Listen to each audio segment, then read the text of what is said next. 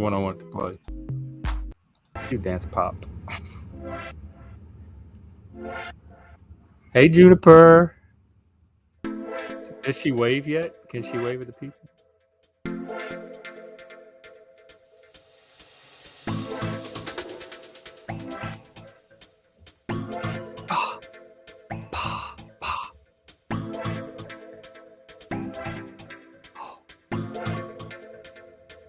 Well, good morning, GM. Hello, happy Monday. If it's Monday where you are, I'm here with Chris for our daily live stream. What's going? You okay? I'm fine. Okay. It'll go away. Did you just swallow wrong? Yeah, I swallowed wrong. She like my wife. She's her usual thing. She does the vape thing. I swallowed water wrong. Anyway. What's up? Oh, it stopped though. Gosh. Anyway. So you were on. There's a bunch of I like this. Like I haven't. I'm not saying Lumen Time is on a troll. But I haven't had any negative encounters with him. Like the most of the time. Well, go. You know what? Go back and watch Jack Talcutt's stream from yesterday, and then watch Flow Street stream, and tell me that he's not a troll. Because Jack had to backstage him like 10 times. I don't know why he kept bringing it back on. I believe you that he's a troll. I'm just saying I haven't had those encounters with him. I believe you guys. Because you're not one of his targets, right? But like the only real interactions I've had with him, one time I was on Machine Lies, and he was cool that day, and he was actually being like he was being an agreeable person towards everybody, not just me. That lasts about 5 minutes until he gets exercised by somebody. And I would play a clip, but I don't even want to give him the airtime. But then, yeah, don't play a clip. And the other day, he was being very civil and sitting there and like actually participating like a whole person until Kim came on and just started antagonizing him. And even then, all Tommy kept doing was saying, like, just leave me alone. I don't want to fight. And was trying to keep from fighting. So I mean, but if people just keep doing that, eventually, I mean, I feel like. But usually, like I said, go and watch the clips. Usually, it's Tommy doing the antagonizing. So you're defending him based on that one little like interaction you witnessed, but that is not his norm, and there's plenty of video evidence to the contrary. I'm not defending him. I'm just saying that's what I've seen. But my bigger point was going to be that I think there are people out there that get. I don't know if in his case probably not, but I have seen it happen to some people where like certain people in like the chat or so they don't like them, and they antagonize them to the point where they end up becoming trolls because they feel like they don't have any choice. And I get sick of that shit. I feel like fine, if somebody's a troll, it's fine. Like, you know, get rid of them. But there's somebody will say something they don't like, that somebody a bunch of people in the chat or something doesn't like one time, and they will just kind of like the way they're trying to do that with Cecil. And I don't know anything about the Cecil or any of his history or anything like that. But like it gets exhausting after a while to seeing people as constantly like you know. I didn't hear who you said. You know, what's that? I didn't hear who you said. Cecil. Oh, Cecil. You remember how like the first couple times I was on Machine Lies, it was just like people were just in the comments constantly just like just break. But that's what people like. That's what's going to happen on live stream. You're going to get people making comments. They talk about everything. Fine, but like there's a certain point when it becomes harassment. I just don't understand like why people feel the need to harass people. I don't get that. Tommy does more harassing in the comments than almost any viewer that I've seen so far. And Toilet Bowl. I know Toilet Bowl definitely. Toilet Bowl. That's all Toilet Bowl does. I mean, Tommy's the same way. Tommy is no different. So if you saw him like behaving one day, he was probably coming off of something. His chemicals were low. He's returning to baseline, but that is not his norm. Right. It's just like it's just because he's a high or drunk or whatever. Yeah, that makes sense. With Toilet Bowl is the kind of troll that if he was funny, it almost wouldn't even be that bad. It almost would be kind of entertaining to have him there on the thing, just kind of general heckler kind of thing. That wouldn't even be that bad. But he's not funny. He's just like he's a really bland like humorless troll. It's just like just go do something else in your life, dude. Yeah. I guess he runs his own streams too. He actually has streams of his own. Yeah, he does. Yeah, he was on Jack's the other day too. Him and Machine both at the same time. and Jack was like mediating between them. I'm kind of disappointed that Jack would like. I mean, I think Jack. I mean, I'm sorry, but some people need to be banned. It's not censorship. Whenever someone goes around and harasses everybody, it's not censorship. Yeah, I agree. Jack is a lot better at that. Jack will backstage people I'm not talking about backstage. I'm talking about permanently banning them.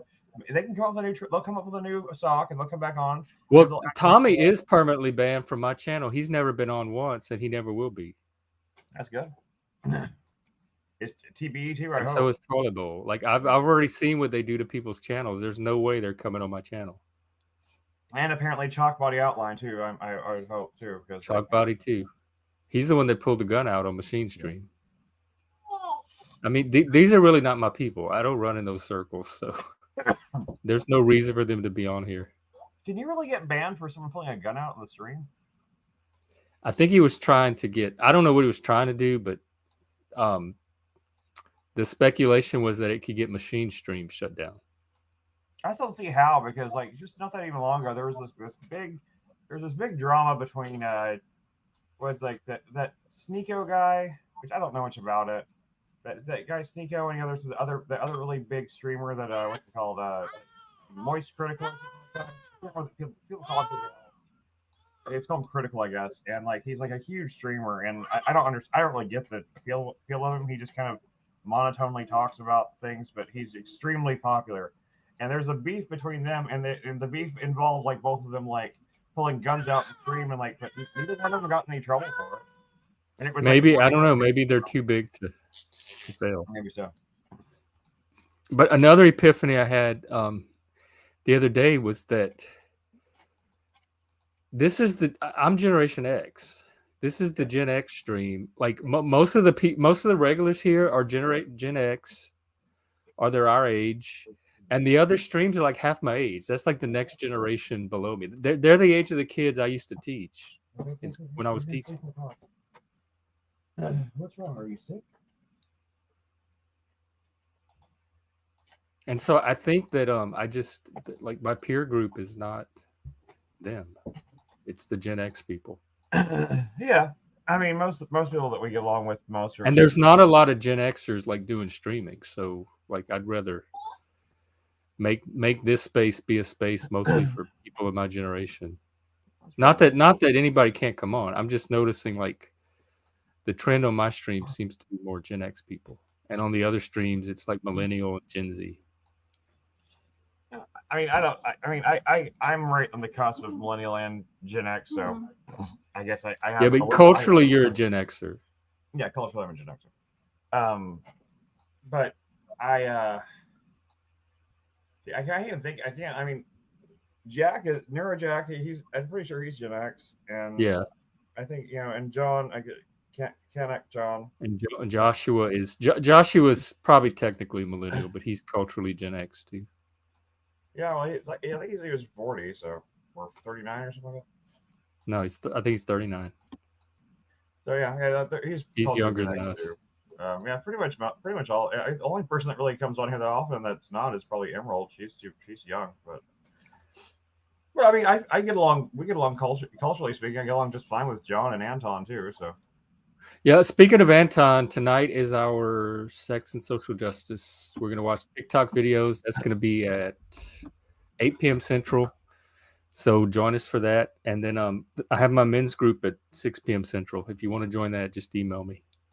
Of course, I will, unless I'll probably be on the road though. We're driving back to Dallas, so that's about a 3.5-hour journey. So I'll probably be on the road at least during the men's group. I might be able to pop in towards the end of your stream with Anton, but I will be on the road otherwise. I'm not as tech savvy as I can be. I'm not skilled enough, at least to don't focus on getting yourself home. Don't worry about it. I mean, you go on another stream. I think it's funny, like how many people are streaming while driving. I'm just like, how do you do that? I could not focus on. I mean, yeah, I know when you're doing like long haul, like kind of like you're doing like long term, or what do you say? Just a long road trip, something you're on the highway and you're just kind of on cruise control stuff. I guess if you had your phone set up with one of those things where you don't have to touch it or anything, I can see that a little bit. But it's just like I don't know. It doesn't seem so dangerous. Like I don't like I'll put music on, but I'm not gonna put like a I'm not gonna put a video or something on in the background like while I'm driving. I can't do that. I've seen people do that before too. I don't get it. People have like that video. They have like that little TV in their dash, and I'm just like, why do you have this? In the front seat? I've In seen the them in the front back seat for like Oh yeah, in kids. the front seat. Oh, Yeah. It's wow. I'm usually surprised it's even legal. it was usually gangsters or wannabe gangsters that they'd like pimp their car out with all this like crazy Oh, shit. so it's not built into the car. They're adding it. Oh no, they add it in. Yeah, they Oh, add okay. it I in. thought they were Add putting in TVs in the they front added seat a of little cars. TV like where the radio is and stuff like that. And like there's always like these wannabe gangster dudes that I was like, what do you like? And the most disturbing part about it is like anytime I had several people like, yeah, check this out, man. They turned on and it would always have like hardcore porn on it. I'm just like, so what the fuck what are you driving down the road with just hardcore porn, just like playing on your thing, or is it like do you need to pull over and jerk off every now? Like what the fuck is going on here? Who needs hardcore porn in their front seat TV that's not even necessary? It's just so weird. That was years back. Maybe that's not a trend anymore. I hope not.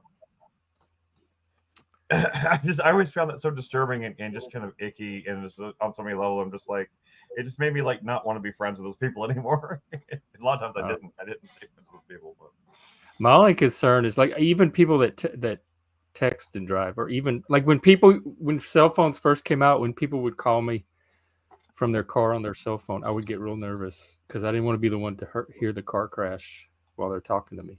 well, texting is way worse. At least you can do the hands free thing with a phone call. Vegas had it back passed the law against texting. It was illegal to text. It is in several states. I'm pretty sure Texas has a law against that too. I mean, I don't think it stops people, especially now you can voice text. It doesn't stop them. Although, if you're voice texting, why not just answer the freaking phone? Right?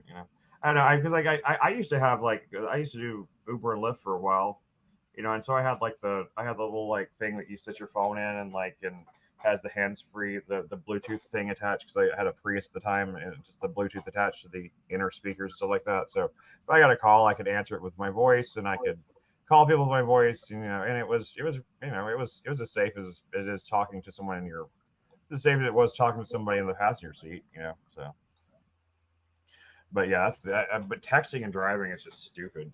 It's too difficult to even attempt. The only time I mean, I've run the car off the road, even trying to like play with pick out a cassette tape or change a CD in a car. Yeah, I've done that before too. Not actually run off the road, but come close. I swerved. Oh, I actually ran off the interstate. Almost ran to the the overpass. Shit. That's scary. Yeah, it was. But these days, though, like with the Vertigo, like I almost run off it. Like I can run off any.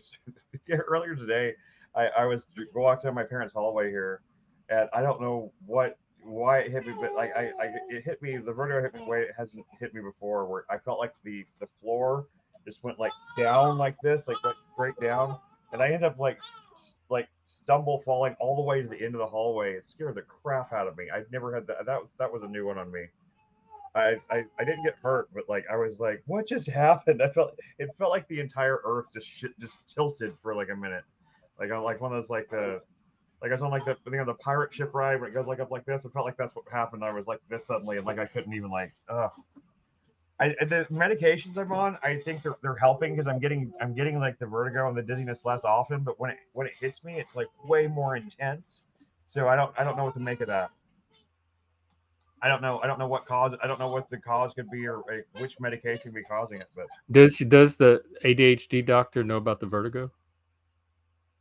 Oh yeah, he's the first one I ever. He was my primary care physician back in the day. So, but he's not. But like all doctors in the ER and everybody else, he's like, well, I don't have any.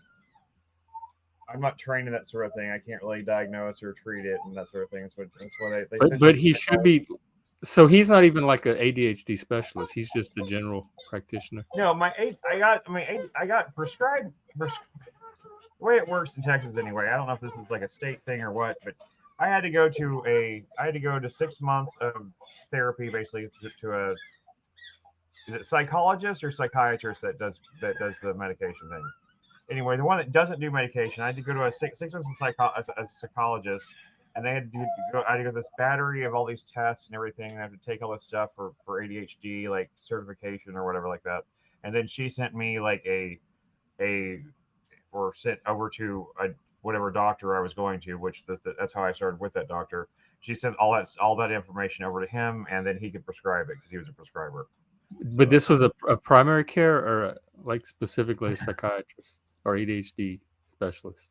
He was not an ADHD specialist. He was just a primary care provider, but Oh. he was licensed to prescribe ADHD medication. But is he competent enough to be aware of how the vertigo would interact with ADHD meds? Probably not. Oh. But it never. But it, honestly, but see, whenever the vertigo started, I was on those meds before, and they got worse. They got worse when I ran out of insurance, when the insurance ran out, and I didn't have any more. That's my vertigo started getting worse from there.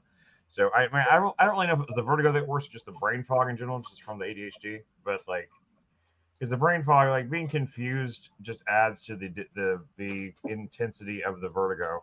I'm doing better overall ever since I got back my meds. I'm feeling a lot better in a kind of a moment to moment, day to day sense. Like I'm having to be a little more careful with walking, but beyond that, like I'm doing a lot better. My mental sharpness is coming back a lot. I'm able to get a lot. I've been able to get a lot more things done than I have been recently, without just getting like that. Because a lot of times I'd start trying to do something and then I'd get a little dizzy and a little tired where I just have to like sit down for a long period of time. But I managed to get a lot of stuff done last night. Like I got laundry stuff done, and I put things up for sale online and stuff like that. Stuff that have been very, very difficult for me to do here in recent years. So I'm feeling a lot. I'm still in that adjustment phase, where it's still my body's still getting used to it and everything. But I think in another week or so I'll be probably pretty adjusted because it's adjusting faster than it has in the past. So I'm positive about the future is what I'm saying. I'm feeling really positive about things going forward. I think things are only going to get better. So. And I am told that I am not an optimist. So for me to say that maybe means something. I think I'm an optimist. You seem more an optimist than I am. Although I don't know. It depends. I guess it depends on the issue. I think that's always the case. I think anyone who is a optimist but every single thing all the time is probably a moron. Anyone who sees any information as like any bit of information they see, wars and famines, all that stuff, and they immediately look on the bright side. I think that there's something psychopathic about that. Well, I'm not an optimist about that because I don't expect that to ever stop. I think as long as there's humans on the planet, we're going to have that. So I don't look at it and say, oh, one day we're going to get better.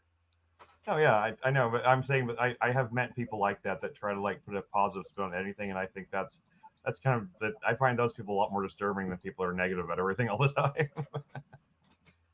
But I guess emotionally speaking, when it comes to positivity and negativity, I'm a centrist as well. So I'm very positive about a lot of things, very negative about a lot of other things. I just don't understand why being a centrist isn't considered, or being just a generally principled person that just has like things you believe on either side of things. I understand why that's not the default. It seems like that would be the normal position for people to take, even from an. I think it is.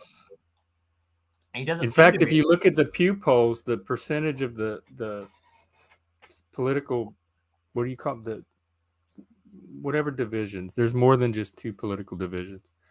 The ones in the center have the highest amount of people in them. Well, I mean, a lot of those extremists, like the extremists on the left, is like 6% or something, and the next little bucket is like 12%. And on the right, it's a lot of those people don't see those extreme or those centrist things. There's those moderates. And that means that they're kind of just in the middle on all the issues, though. It's a little bit. Yeah, but I consider moderate centrists. I know. I think moderate tends to be more like fence sitting. It's more like not really making a decision on either way. I mean, to me, what it means to be a centrist, it means to have kind of a balanced perspective, in the sense that you feel passionately about issues one way or another, but it's just not, you're just not doing it along party lines. It's just like, I'm not going to have all the lib positions or all the right positions. I'm going to feel the way I feel about any particular issue. Well, if the moderates are voting at all, then they're taking a position at some point. That's true. What? To come back to bed. Come What? to bed. What's wrong, baby? I don't know. I don't know. You lay down the bed over here. Sorry, Lindsay's having a little bit of an issue here. Mama. She's gonna lay Oh. down. He's okay. It happens. These are day-to-day things we deal with. Do you need to go on Blur?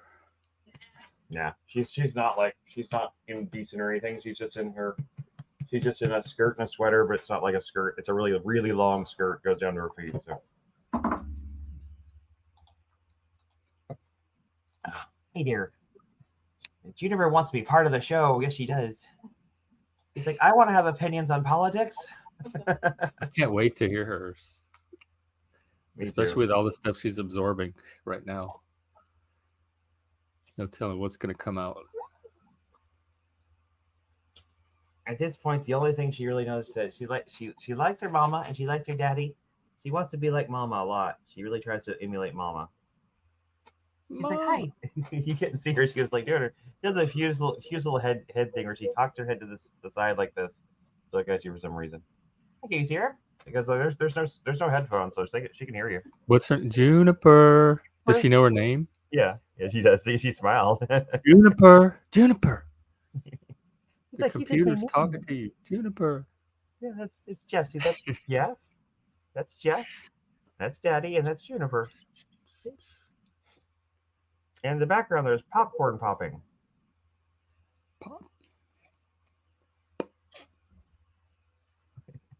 You did it right. You did it right. She's way That's how too you do it. cute. Much She's too got two cute sets for of chompers now. She's got top ones and bottom ones. She's got what, her two up teeth. here. Yeah, she got two teeth up here that you can see now. It came through really fast too. Like you can really see them. Ah. And then she starts losing them. Why do they do that? Like, why do humans get two sets of teeth? It just because I mean it kind of makes sense to a degree because like our teeth can only, I think they can, because like our mouths and everything get bigger, so like you get teeth in to grow into like fit the mouth that you have that kind of more or less fits until a certain point, but at a certain point your skull is going to get larger, and so those teeth can't grow anymore, so you got to like lose the smaller ones to get bigger ones again. At least we're not like cats and dogs and stuff that like lose teeth all the time. If you ever had a cat, you find like little like weird looking like little fingernail clippings in terms of just cat teeth just everywhere. It's like cat teeth all over your face. I've seen their claw. Like I used to pick up their claws when they would shed their claws. Sometimes I would think sometimes I would think it was a claw, but then you pick it up and you realize that look at the shape of it, and you realize it's actually a tooth. Because their teeth are very similar. Teeth have they had same curve to them that their claws do. Because the claws are translucent, you can see through them. Yeah, and their teeth are a little more opaque. That's the main difference. Yeah. Dogs don't like lose teeth as much, but like they lose teeth too. I guess that happens to a lot of animals. So there's lots of animals that have like. Have you ever seen some of those weird animals that have like the four rows of teeth, like those sea creatures and stuff like that? They're all terrifying. Do they have like animal dentist, or is that the veterinarian? Do they do teeth as well? The vets, as far as I know, do that too. I mean, like, there's not a lot. For the most part, most animals, like, you don't really have to like animal dentistry. You don't really have to do much dentist stuff. Like, they clean their teeth kind of on their own. They kind of have like the same way most animals are kind of self-cleaning. You don't really have to give a cat a bath, for example. Like a dog, you can give a bath to because like it might get sprayed by a skunk or something like that. For the most part, the dog will clean itself and it'll be fine. But yeah, like I mean, their teeth, from what I understand, that's what like those dog bones are like. A lot of times when dogs eat things like they like chomp on sticks and stuff like that, that's usually to clean the teeth. Apparently, there is something called animal dentistry. There is. I just don't. I've been told by we used to work with this wildlife rescue lady here named Lori Anderson. Really cool. She did. I mean, that woman was crazy, man. She was like, she rehabilitated eagles, like these giant freaking eagles, and she did rehabilitation of bears and shit. She was like, this one was hardcore. She was just a little woman, but man, she was tough as shit too.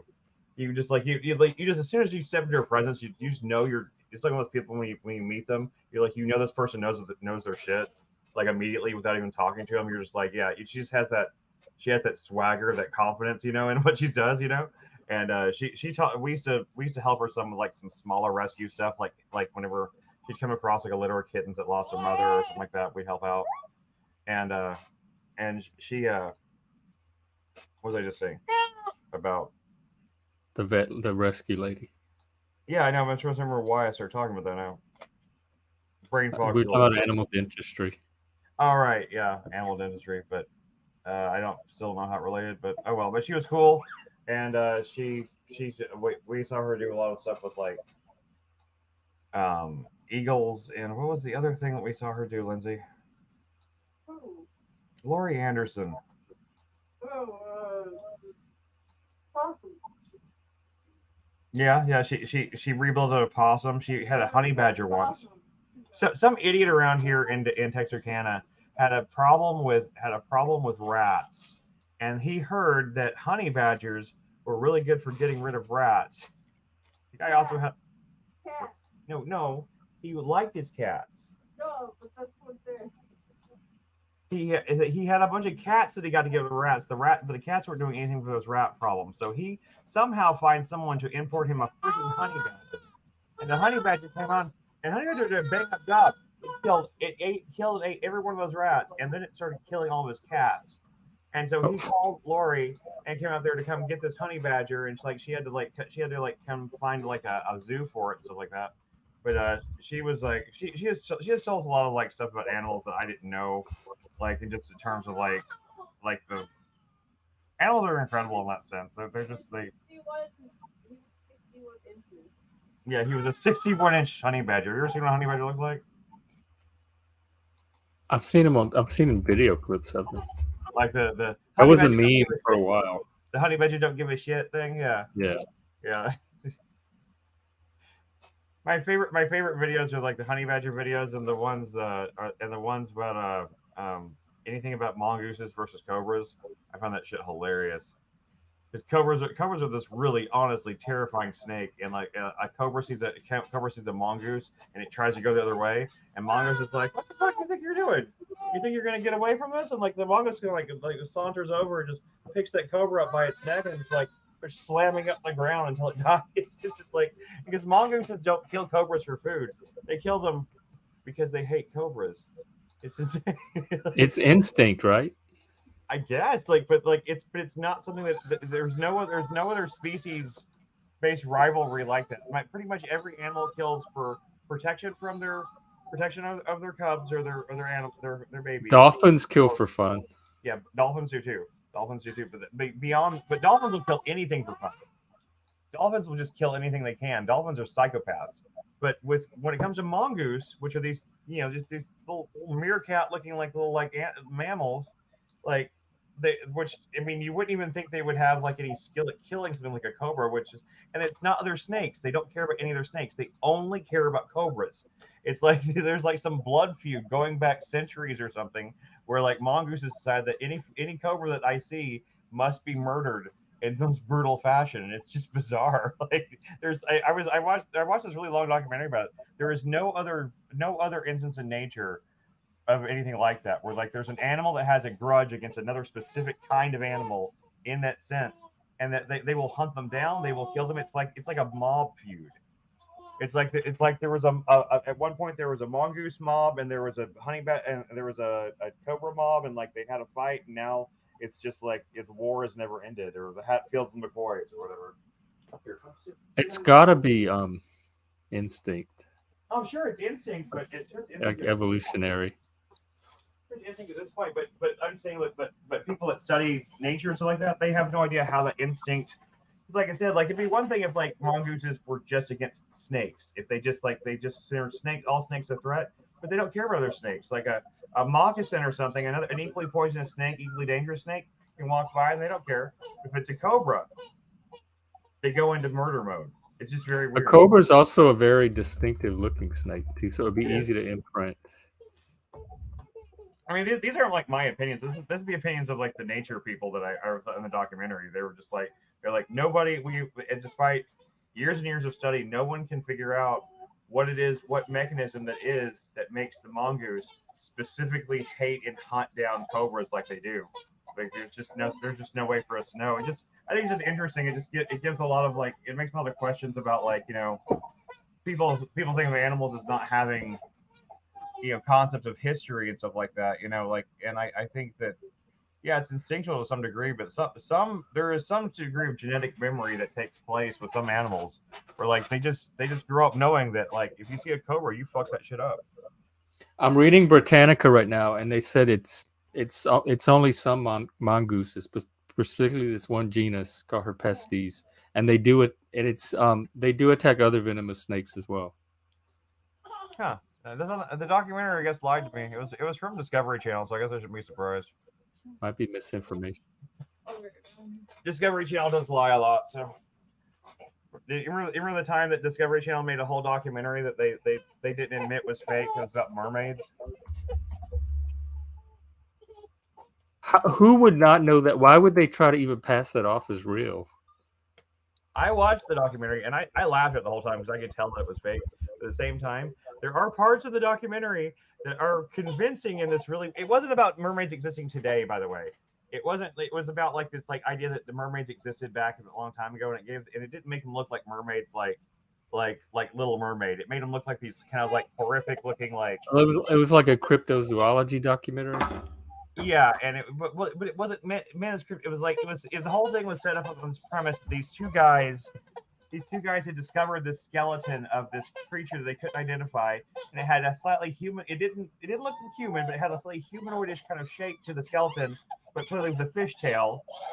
I mean, they pulled it off really well, except for the fact that except for like near the end of it, they started adding in all these. Well, I'm gonna turn the camera and change your diaper, but I'll still be able to hear you. Okay. But they started adding in all this stuff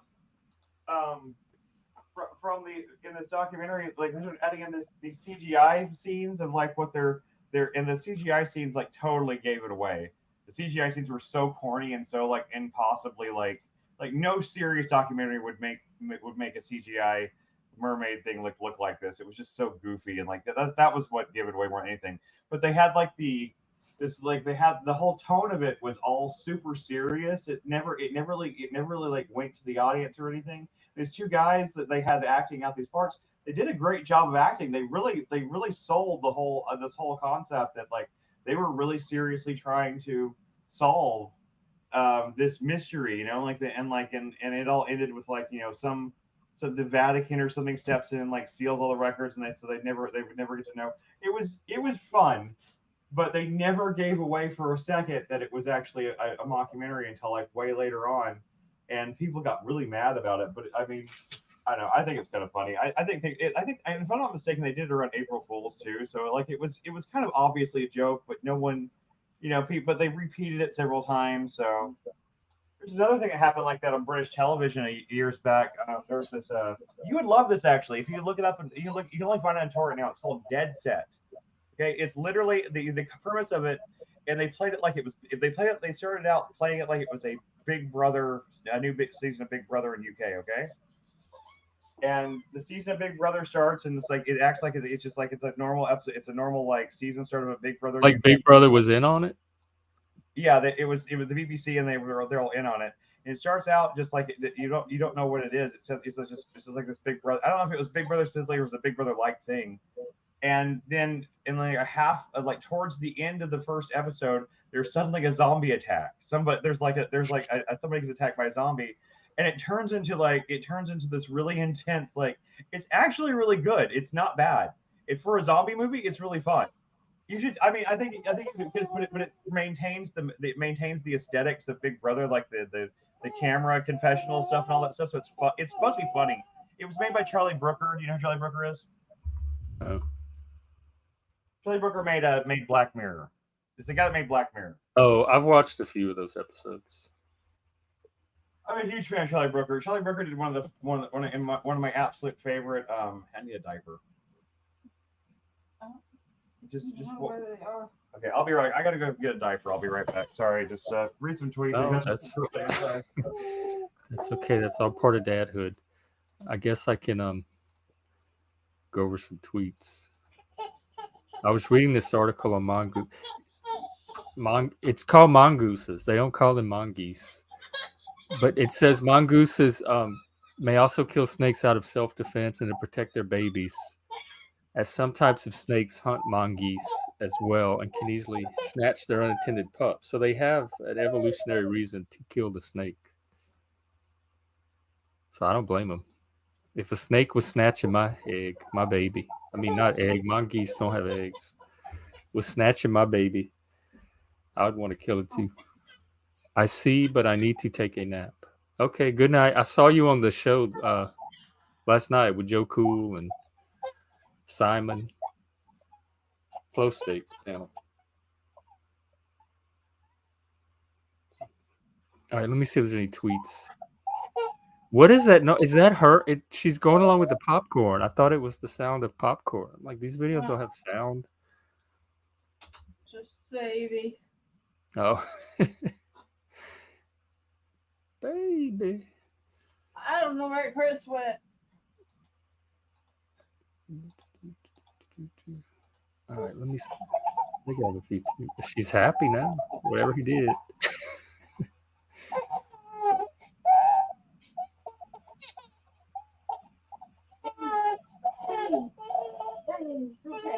All right. While that's going on in the background, here's some.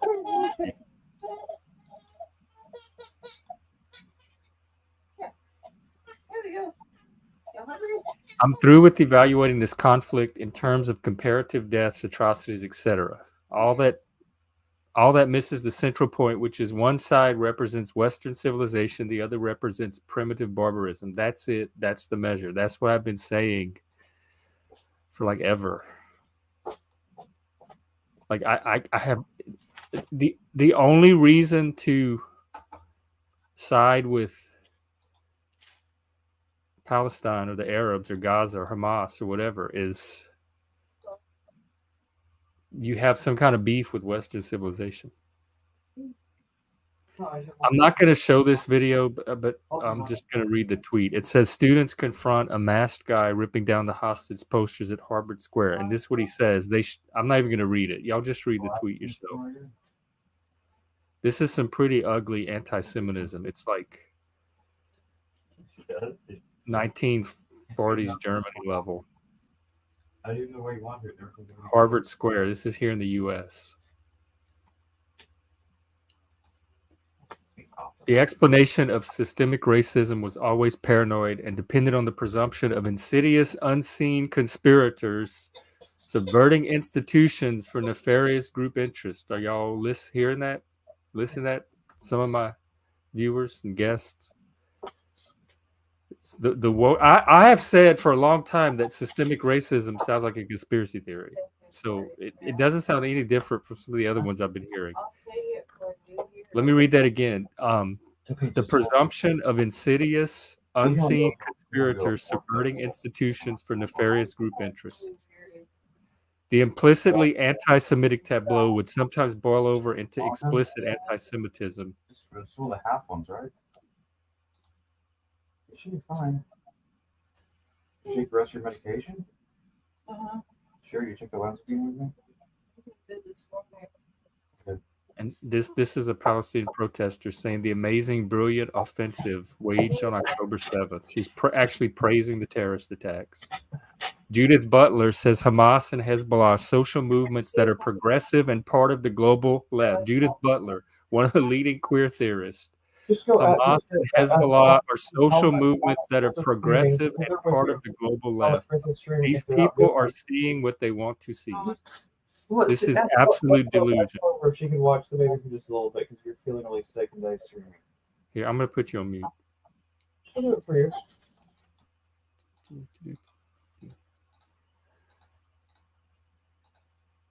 I think that's all of them.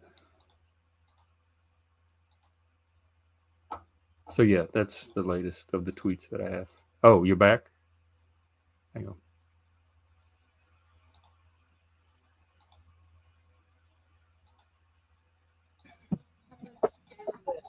time is it? 2:30. Make your bottle and I'll talk to Flo.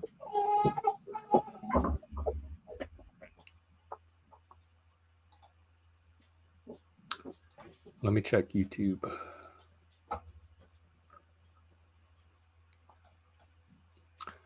Inspiring Philosophy has a live stream going now on Christian nationalism. I'll post the link in the chat.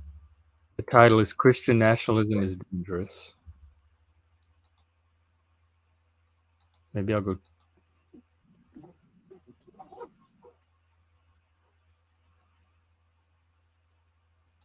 So that's happening. Jim Bob is on. He's doing a TikTok invasion too. That's the trend. Him and Andrew go and like bomb TikTokers and get on their streams. Ooh, what is that? He's wearing a wig. What? He's wearing a Jesus wig. Okay. Oh, by the way, speaking of, tomorrow is our Halloween party. So if you come, you're welcome to come on the stream. We're inviting everybody to come in costume, and we may or may not finish True Detective tomorrow. But if we do, we're going to have a True Detective discussion too to kind of tie it all together. So come hang out in the comments with us. I don't want to build it up too much. My costume is really not going to be that much. It's very basic. But anyway, it's just in the spirit of Halloween. So that's going to happen tomorrow.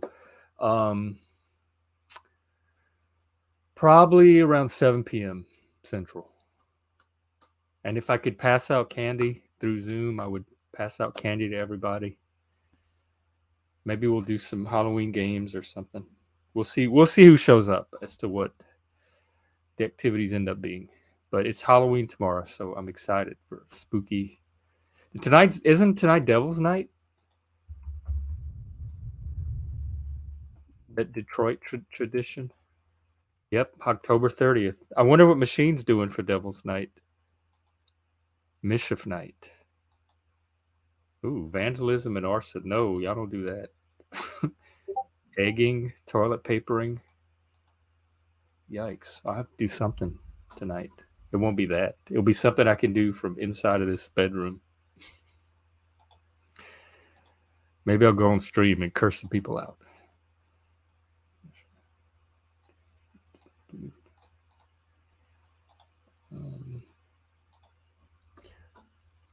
Well, we don't have to run long today. Chris is about to head off for home anyway. I just wanted to make sure we got a stream in. I wore mine on the Machine Lies. You wore your costume? Devil's Night. It matters to people in Detroit that are getting their house digged.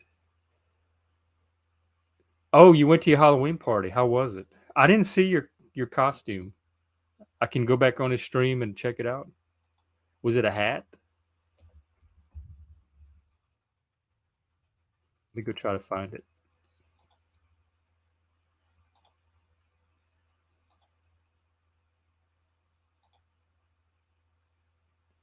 Oh, an orange shirt. Or did you come back later in another costume?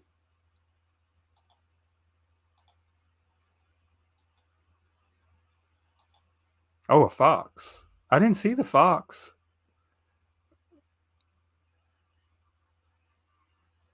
Do you have a link to it? You can come on tomorrow as a fox.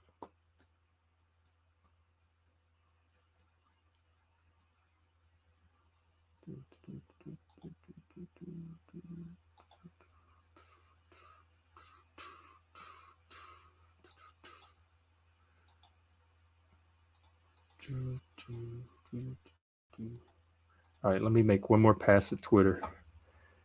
See if anything new came in. Then I might go watch this stream on Christian nationalism.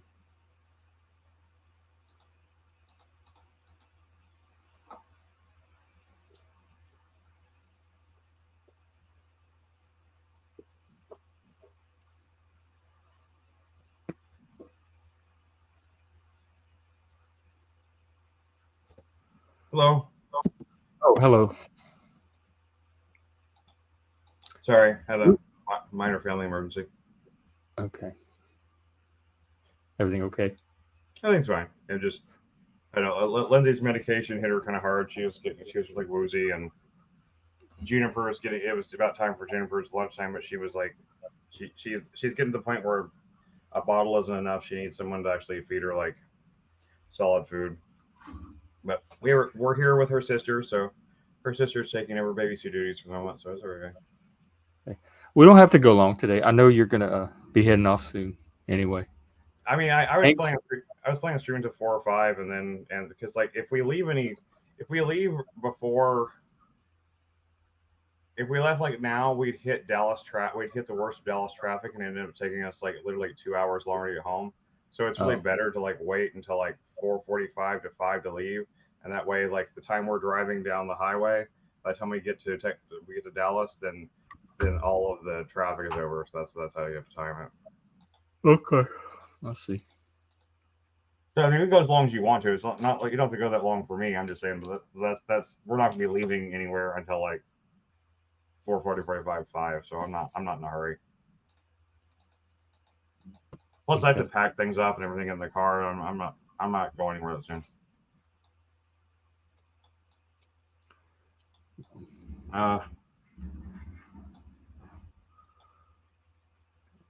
Hank was gonna, huh?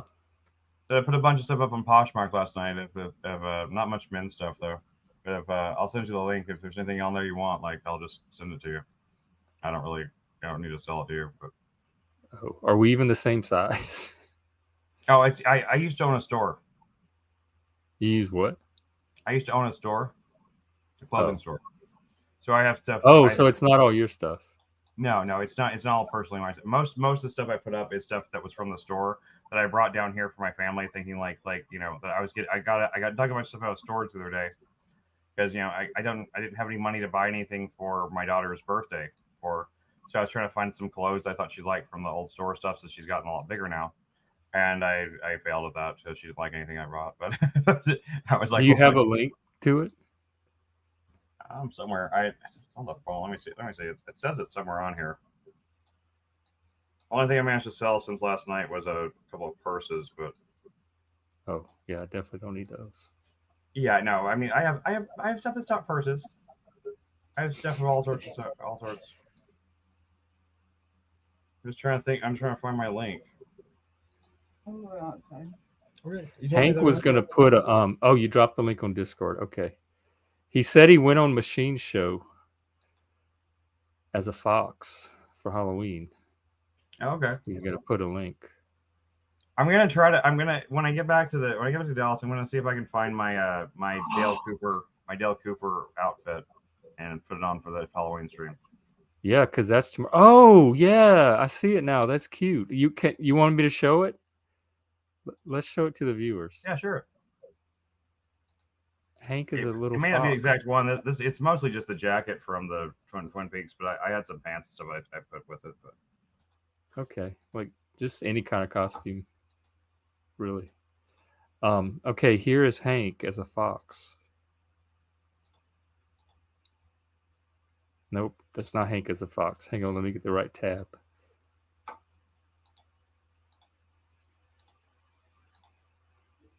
Look at this.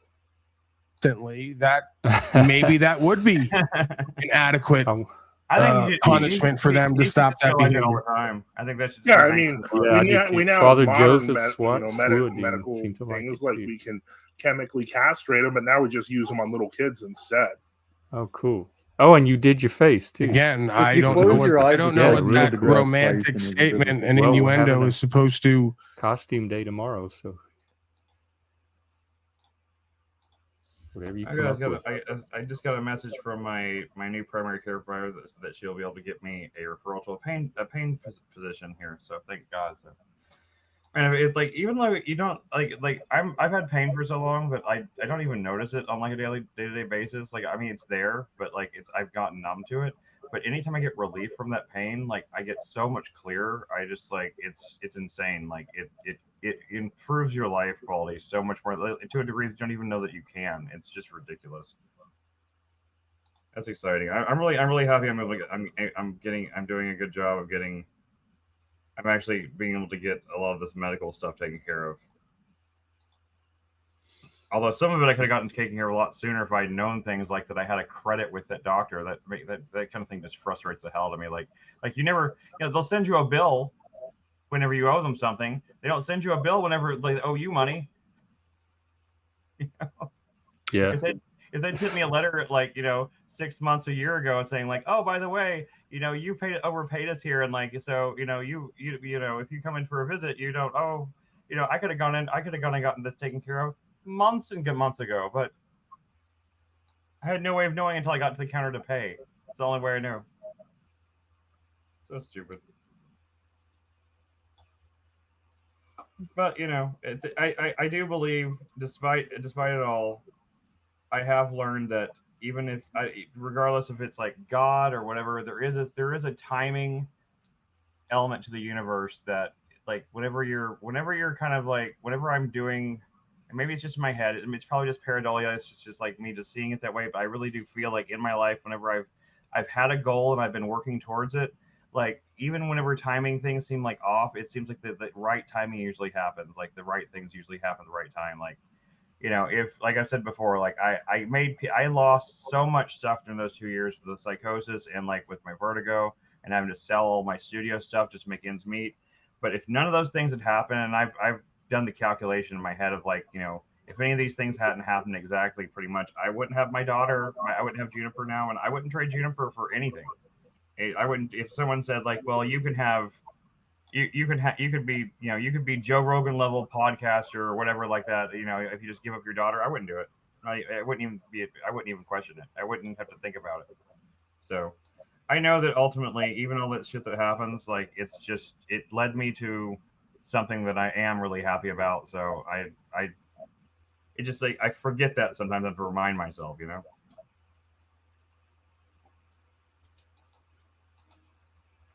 Where is my freaking? Is it something I can search for? What's it called? Poshmark? Yeah, Poshmark. Just Poshmark. You can go to Poshmark, and like my username is just @VernerLatskin. VernerLatskin. It wants me to sign in. Oh, can you sign with Google or something? Spell your handle again. It's just just like with Twitter, it'd be VernerLatskin. Latskin. Yeah, I don't know where I came up with it. That's a pseudonym I came up with ages ago, and I have no idea where it came from. Werner's Closet. Yep, there you go. I'm seeing some corsets. Yeah, it's women's and men's stuff. It's a connect. But you can. Is there a way to filter just for men? Yeah. Yep. If you go to the site, there should be something. This men? What? This is men stuff I'm looking at? I don't know. What do you see?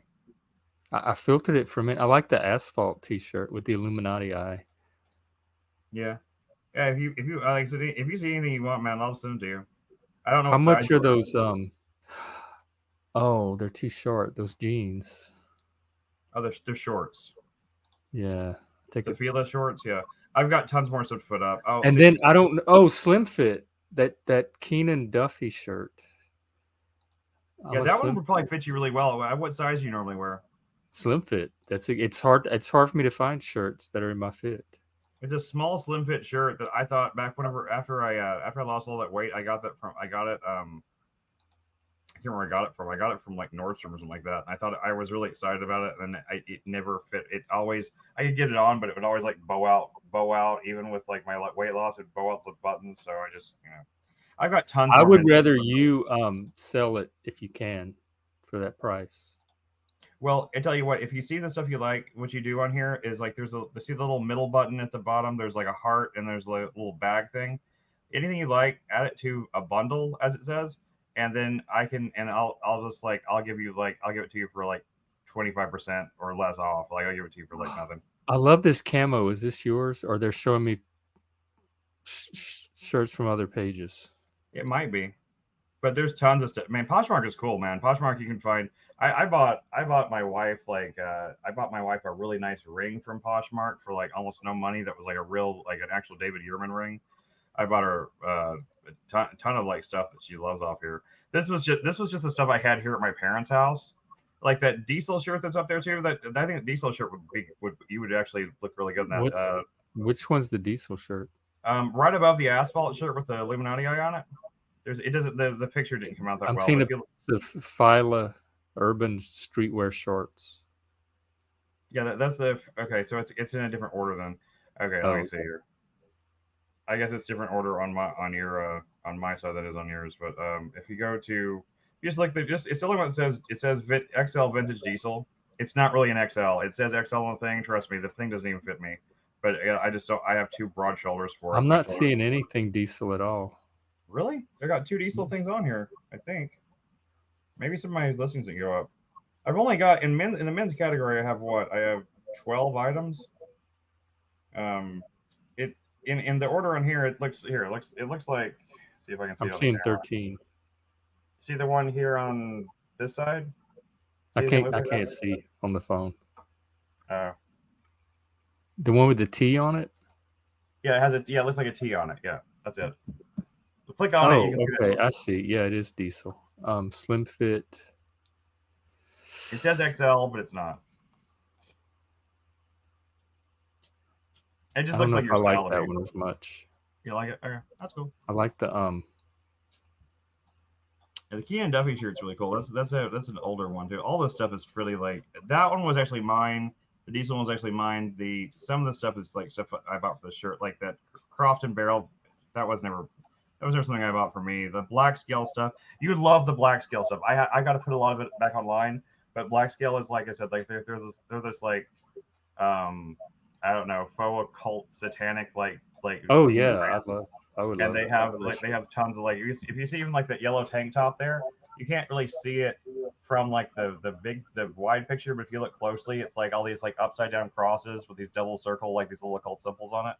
It's really cool. It's kind of an ugly one, but that's the only ones I had here in Texarkana. Most of the stuff is in the storage unit. So when I get back to Dallas, I'm gonna put as much as a line. But yeah, it's really cool stuff though. Black Scale they were an LA boutique brand that I don't know why tons of their stuff ended up in this store here in Dallas called Half Off Half, and I just like gobbled it all up. I grabbed all of it, and there's another Black Scale thing on here that's like I avoid the upside down cross out of respect for my Christian friends. Sure. I have a few things with it on it, but I don't buy any new stuff with it. Yeah, that's fair. That's fair. I understand that. What size jeans do you wear? Because I have so many jeans, man. I have a. Well, they have to be a 32 length for sure. So the waist would probably fit, but they would be too short. I have tons of 32 length shorts, 32 length pants. I just don't have. That's just the only pair of pants I put up last night. I'll send you some pictures of some if you want them. Like I said, I'll totally send them to you. I don't give a shit, man. And usually like a 29 or 30 in the waist. I put them on Poshmark. Not more than a 30. Not more than a 30.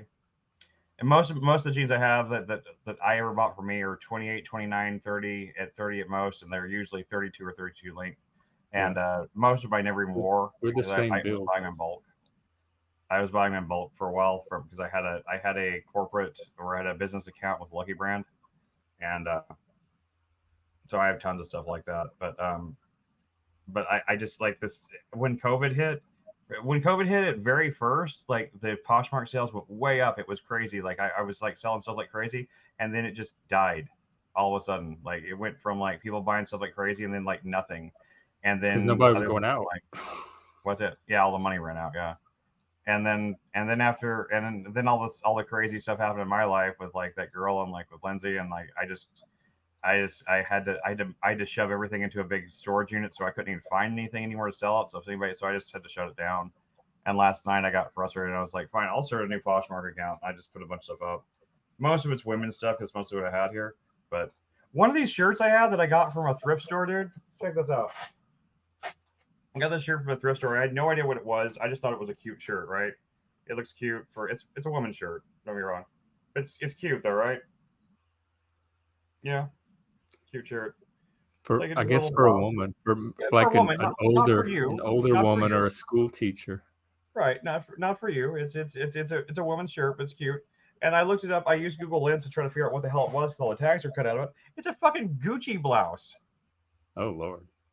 It's a $3,000 Gucci blouse. And it's sitting here forever. And I was trying to give it to my sister and my daughter, and they were like, I don't like it. And I was like, and I looked it up and I was like, it's a freaking $3,000 Gucci blouse. And nobody wants it. I just think it's funny. I believe it or not, as much as like I probably don't bring up that vibe, I'm actually very fashion conscious. I'm actually really good with fashion. Probably way more than I am. Yeah, no, we talked about that before. Like, seriously, like Lindsay had friends back in Vegas and stuff that like, and I always felt a little bit weird about it. I always felt like I was being pimped out a little bit. She would volunteer me to go take them shopping. And I would be like, I don't want to. I don't even know this girl. I don't want to take her shopping. She's like, just take her shopping. You'll be able to find clothes for her because she can't shop for herself. I'd be like, okay, fine. And I'd go and like I'd take them to like to Nordstrom's and stuff like that and help pick up clothes and and I was good at it, but like just like, but like I don't know, for some reason it's really hard. I actually at one point tried to advertise myself as a personal shopper, but I never could get any traction. But I think it's just I'm a dude and people just don't see. I'm a straight dude too, so it doesn't. I don't look like I'd be a good personal shopper. Well, you'd be a great shopper for straight dudes. And I can shop for straight dudes too, but I shop better for women. And honestly, I've helped gay men quite a bit with shopping too. But there's some gay guys that don't have that innate kind of thing. Like they just don't know how to wear something. I don't. I have to get people to help shop for me too. I remember when I was in New Orleans, I went online in the gay chat rooms and I begged somebody to meet me at the mall and help me shop. And one guy did, like just total stranger off the internet. And he met me at the mall and he helped me pick out some clothes. I have fun doing it too. It's not even something I necessarily would even do for money. Oh, shopping is that's torture. If there's a like a punishment in hell for me, it's going to be at a department store or something where I have to shop all day. I'm a beast, especially at a thrift store, man. People get scared about people that I go with. Like they just like back away from me. So I'll get to a rack and I'm just like, it takes me 2 seconds to think to see if a shirt or whatever is something that's worth looking at. So I'm just flipping through them as fast as possible. I do that too. I shop. I know very much what I like and don't like. I don't have to look at something for too long. Yeah, I do shop fast, but I don't like. Where's my brain out if I have to look at too many things over time? I used to go to the thrift stores to shop for the store, and I would go, especially if there was like I try to avoid the sale days because they would be too busy. We have amazing thrift stores. I don't know if you have amazing thrift stores in Seattle, but in Dallas, our thrift store game is on point. Because a lot of these estates, a lot of like rich people die, and they donate their entire estates to these thrift stores, and the thrift stores just will get all this like nice stuff that was it's like old people that never wore anything. So I'm sure this is this Gucci thing came from. That's why I got it from a shop called Texas Thrift. And our thrift stores are not like your typical like whenever the thrift stores I grew up with were like disasters. Like you went in there and it was like digging through anything to find anything. These places are organized, they're nice, they have like the racks aren't too full, so they're easy enough to shop through. And like I used to go in there and like I get a cart and like right when they open it, I'd go through and I'd start and like I'd usually start in the men's section because it was smaller, and I would just flip and go through the whole men's section like in like about 20 minutes, and then I'd start with the women's section, do that whole thing, and I'd find 150 items and take those and like flip them online for probably at least a 25 to 35% profit. I did that for a while. But whenever everything dried up, I ended up with like this massive warehouse full of a small warehouse is full of inventory that I had nothing to do with anymore. So I have so many clothes. I'm just trying to get them out the door. I just don't want to like a lot of times if like there's thrift stores around here that they'll take your clothes obviously, but they will take them and and a lot if they don't like it or they think it, they'll just like toss a lot of stuff out. If you like, I've seen like they lock their dumpsters, but I've seen them like just dumping tons of good clothes before, and I just don't want to just take a lot of this stuff that I know is decent stuff up there and just get it dumped. So I would just rather give it to somebody or something, you know. It's really not a big deal. See, I've got we could do a straight eye for the queer guy show, you know. We could if you have any gay friends that have fashion problems, like we bring them on, I can help me. I'm the gay with the fashion problems. Although up here, like a lot of the gay, because they have a lot of gamer gays, and I wouldn't say they're the best best eye for fashion either. Well, people always make this stereotype about how gay guys are so well dressed and everything, and sometimes they are. Sometimes the ones that are into fashion are, but that's not all of us. I have no interest in any of that stuff. And then I have a gay friend who is a fashion designer in Paris, and he's like my fashion coach now. So I go to him for all my fashion advice. That's a good but one. Really, I don't really need a wardrobe right now because all I do is sit in front of the computer. If I actually have a life outside of the house, that's when I'm going to want to start updating my wardrobe. When I start getting ready to start going, like, because I've been through like kind of isolated periods before, and I find it really helps me. I mean, I'm not saying this about anybody else, but for me personally, like when I'm getting ready to try to like reemerge into the world again, I start trying to get up and, you know, of course, you know, I'll admit I shower like every other day usually because I don't do a lot around the house, right? So I don't really get sweaty or anything. But like I don't shower just every single morning because I just don't want to waste the water and everything for nothing, and the soap too because the soap is expensive. And it is down here anyway for some reason. The soap we use is anyway. Anyway, so like I'll shower like every other day, but when I start getting ready to like try and reemerge in the world, if I'm going to go out and do stuff, I'll get up every day, you know, do a full grooming routine.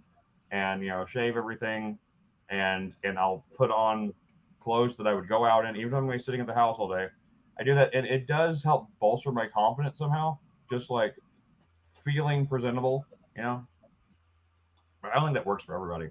It works for me. Probably. I'm trying to get that mentality now that I'm getting back my meds and stuff like that. Even though I don't really have anywhere to go out to per se at the moment, but I'm gonna try to start like just dressing a little nicer for the streams and stuff like that. I don't mean dressing in a suit or something like that. I'm not gonna be in a suit and tie, but just dressing a little bit more like, you know, fashionably, just so I feel more confident because I'm trying to get better at this. And, you know, going on more streams and stuff like that. I think your presentation shouldn't matter, but it does for people, you know. Like you wanted to express your brand or your identity. We could have a formal day one day and dress up. Sure. I mean, I don't mind doing that either. I just feel like I feel like it may just be maybe it's something that's entirely in my mind and not anybody else's. But I feel like if I go on a stream and I'm looking more, I look better than, you know, I look like someone who's a little more professional or something. I think maybe people don't take me more professionally, but I feel like I take myself more professionally, and therefore that translates overall. Well, why don't we try it Wednesday, and after Halloween we come in our professional best and see if it makes a difference. Oh, have we looked at metrics? Like what days do we get the most viewership on usually? I don't know. I never look at my analytics. Yeah, I can check. I don't even know if it breaks it down by day. It usually does it by month, but let me check. I feel like when I looked at it last time, I looked at the stream on YouTube. I was just looking through the videos. I feel like the episodes that I was kind of surprised the episodes we had the most views on. Let me see if I can find it.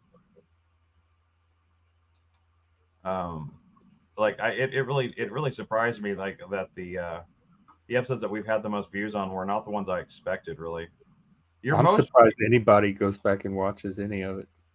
I go by the live viewers. If we have 2 or 3 viewers on one day and 5 or 6 on another day watching us live, that's what I go off of. And yet our viewers grow. Like people go back and watch them, like they really do, because there's been a couple episodes that I know that we didn't have 1 or 2 viewers on that now have, like, you know, it's not a lot, 57 views maybe, but that's still something. You know, it means 57 people went and watched. The one we did with Liberty Homes, that was our longest one at the time. Yep. is the highest one I have so far as viewer, and our Eyes Wide Shut stream, which also went long, and the one we did that we had Anton and John on, and the one with Rowan was a high one, and then the one that PF Jung came on, the Sex and Social Justice with me and Anton. Those are the top 5 so far, and they change all the time. So. It's probably people catching up on some of the latest content. According to the view counts that shows on YouTube, your most popular was The Hero's Journey with Art Crowell. Oh yeah, I was only counting the live streams. Okay, but then after that, the one that lists second after that was the one that says Man Talk with Anton, John, Steve, Anton, John, Steve, me, and what was his name? Sarah, right? Yes, Sarah. How much does that have? 57, same as the Liberty Holmes one. Oh, it's not showing 57 on my end for some reason. Huh. I'm looking at the visible page. Oh, because I have it set to the last 28 days. I want it to be lifetime. Okay, now I'm getting more accurate numbers. And yes, and then the one with Rowan, and I think Liberty Holmes, Man Talk, Eyes Wide Shut, Rowan. Because some of these people, like Art, he's part of the Mankind Project, so he sends it to all his friends in the Mankind Project. So, like the individual guest, when they send it to their audience, it makes the view counts on that particular video go up because they have an audience of their own. But just the stuff that I do, like the streaming, I'm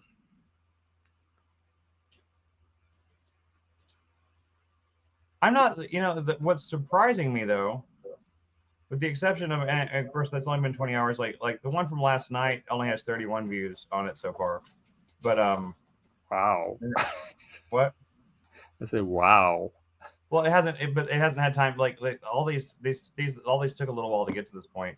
But what I'm saying is but overall what I'm seeing here is that all of our most recent streams are almost all of our highest viewed streams are our most recent ones, which means we're generally are growing as an audience. We're getting more and more. There's more and more people that are actually paying attention to it. So the one from last night already has we're already up to 31. Yeah, that blows my mind. Yeah, that in less than 24 hours, 31 people. I mean, I've had a couple of people tell me peeked into it. I'm sure they're not sitting there watching the whole thing, but at least they peeked at it.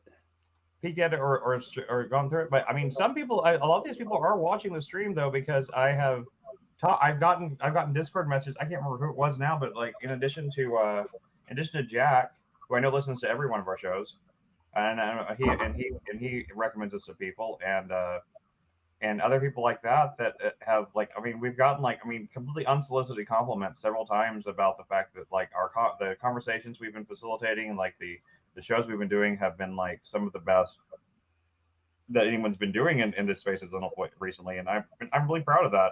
I really feel good about the fact that even if it's just one or two people thinking that, I think that's meaningful to me.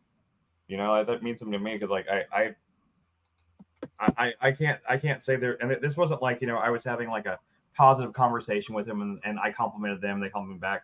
These were unsolicited comments, and so I want to say. I wonder if there's a way to focus it or target it more where there's more consistent types of conversation. Well, I think our shows where we have the guests on and stuff like that and have those kind of civil but more contentious conversations, they do end up getting a lot more attention because there's something about them for people to go back and watch because there's a seriously that conversation with Liberty Holmes and the ones with Rowan, there was some really good information there. A lot of the stuff with Joshua has been. These are conversations that people aren't hearing other places, and I think that they're useful and interesting at the same time. These streams like this, like today, we're just kind of hanging out and stuff, and see if he wants to pop on. I think these are great streams. I love doing these, but these aren't going to get the views like the other ones are. But I would never trade these kind of streams. I would always want to have these kind of streams every now and then. I feel like that's kind of perfect for a Monday. Just a Monday stream, just kind of hanging out, talking about whatever life stuff, just kind of catching up. And I think that's good. It's a good balance, because if every single stream you do is a pot boiler, if every stream you do is like, some like big debate. I want them all to be pot boilers. I want this whole channel to be a boiling pot. Okay. All right. Well, maybe. Okay. Is it better to do like a different type of stream each day, like have one open stream a week or one or two a week, and then do more focused topic? Like, it's hard to plan though, because that depends on getting specific guests here at specific times, and it's harder to coordinate something. I think if we get a guest on, if we get one planned, and it needs to be a planned thing, it's not going to be open, that's fine. But if we're have it open and like we get somebody on that like ends up being really interesting, we can always just like shut off the open. We can say like we're closing it to callers for right now while we focus on this. I don't think there's anything wrong with that. I mean, I don't think there's anything. It's not in the spirit of it or something like that. We're in a focused conversation. If somebody wants to come on, they can always request to come on, and we can let them on if they have something really to say. But we're not real troll magnets, so I'm not too worried about trolls coming on. Usually the people that come on, even in like in those really more focused conversations, like we have like Rowan pop up or something like that, and he usually adds something to it. I think Yeah, it's not like it definitely does. There's not I can't think of any of our regular guests that I feel like. I mean, Joshua comes on sometimes, and when he goes off in his relationship stuff, I mean, that can be a little like. I like that too. I love that kind of stuff. I love it too, but I'm saying, but like, if Joshua's whole thing is he came on, and he started doing that every time, that might be annoying. But he doesn't. He comes on, and he talks about real stuff, and then as things wind down and we start joking around and stuff like that, he's joking with Emerald and stuff like that. It's just entertaining as hell, and it's fun. I love Joshua. That was not a criticism against Joshua. I'm just saying, but if there was someone like Joshua that came on and all he ever did was just kind of did a Rodney Dangerfield routine constantly and took over the stream, that might be a little trollish. But I don't feel like we have any real trolls. We don't have any. I mean, and anytime Hank comes on, Hank like he usually comes on. I mean, he has some trollish comments, but he usually is trying to contribute something to something. He's definitely made some points that gave me thought. So. Yeah, there's nobody I've wanted to kick off yet. Yeah, I mean, like there's like Machine Lines is always awesome. I mean, I thought it was really cool that Paul came on that one day, but I wish he'd do it again, just because I feel like he's not doing any streams of his own. Paul, if you're out there listening, he puts, I don't know. They have the community tab of the YouTube channel, and that's where he puts his updates. And I never see those because I don't get notifications that there's a new post. So I don't know how to stay updated on his community posts other than to just randomly check them periodically throughout the day to see if there's a new post. But he said he wasn't streaming last weekend and he might not stream this weekend, and that was all in one of those community posts, and I didn't see any of that at all. Not in Discord? No, on YouTube. Why wouldn't he put it in Discord? Discord's where everyone's at. His channel has almost 5,000 subscribers. They're not all in Discord, so it makes sense to put it on the channel. My personal opinion on that, I know the community. But I just don't know how to get notifications that he's made a new community post. Yeah, I don't either. My personal feeling, I think those community posts are useless. I personally think that, like, if you're gonna make an announcement like, hey, I'm going on a quick 2-week, hiatus because I got to do this or that, I think you just make a 2-minute video just saying like quick announcement, title it quick announcement, and then whenever you're back from vacation, you take it down. That way, when people go to the channel, the first video that comes up is like, oh yeah, right, just so you know, until this date to this date, I'm going to be out of town, and so I'm not going to be making any posts. So we'll see you guys when I get back. And then when that comes back, then you just take the video down. I don't see what's so difficult about that. I think that makes a lot more. I see very few people doing that, so it's not just Paul. I know it's not just Paul. I thought that about other channels too. I really, if I don't even know if I would do that. Like, make a short video just to tell people about future plans. I would probably just make a community post. Oh, okay. That's what the problem is. People don't see them. They don't check there. I changed my notification settings, so I'm going to see if it makes a difference. I mean, if it's a channel I follow and I see that they put up a really short video, and if they put up like a really long video or something, that's one thing. That usually means like an apology or something. If they put up like a 1-minute video that just says quick channel announcement, quick channel announcement. I always click on those just to find out what's going on. And like I feel Yeah, like but that's I just see very few people. Like I follow a lot of people, and maybe 2 or 3 of them ever do anything like that, and it's But very don't you think rare. it's more effective though? I don't know. I'm just saying it's not whatever you're. I'm just saying what you're describing. I don't see it as a major trend. So even though it makes perfect sense to you, not many people are doing it, regardless. I know it's not a major trend. I was saying maybe we should try to make it a trend. That's my point. I'm saying I think it makes more sense. That's all. Well, I don't have any big, grand, long-term updates to even announce. I don't either. I'm just saying for someone like Paul, like for me, like I get send him a message. Tell him. Yeah, I know I will. He's open to community input. I will. I always get a little annoyed with creators whenever like they just disappear for like 3 months and they don't even like. I think if you're someone who posts regularly, and you post like a video a week, and then you suddenly and you don't say anything about like you make no announcement, nothing, and you just like stop posting for a month or something like that. I think that either it makes it really easy for people to forget about you, or to think that am I missing posts from them or something like that maybe at some point, and so it creates kind of like I think it kind of is a because I see it like if I was going to do a show that was like YouTube video essays or something like that, they'd probably run it in seasons, and I would like list like the last one I'm going to do for like this section. This is my season finale, and we'll be back in 3 months or something like that. I think that makes a lot more sense for people to setting expectations is a really important part of even personal relationships, and like so if you have even a parasocial relationship with your audience, I think you should like set expectations properly and not just like leave people hanging. Well, I see very few people doing what you're saying. I'm used to the YouTube landscape being chaotic. Okay. And kind of just whatever goes. But I mean, do it or start your own channel and model it for the rest of us. I keep thinking about starting my channel. I don't even stream at a regular time every day. So like my audience already has to keep up with my own chaotic schedule. And I'm fine with that. I think that's kind of fine because like most of our audience seems to be people that don't have strict schedules so it's kind of okay for them to like kind of okay for that. But I keep thinking about starting my own channel, but I just don't know what I'd start it for. I mean, I come on here. Well, you have all these ideas. It would give you a chance to implement them. And now that I am getting more focused and more able to handle things, I may start trying to. I've been thinking this week about like sitting down trying to see if I can get back into my Adobe Premiere skills and see if I can actually put together a video. I have not yet. I've had a lot of other things, family stuff going on, everything, and so I just haven't been able to like have that kind of focus. Plus, I've still got the stress of like generally trying to find money to pay bills every month, and that really takes a big toll on me. It's easy for me to have conversations because I can just talk and I don't have to like in terms of like sitting down and planning something out and like and getting and figuring out a real thing that's not just like a video of me ranting at a video. And I don't really like that kind of content. I like it for live stuff because it's a conversation, but just me just ranting at a camera, just saying like a bunch of stuff.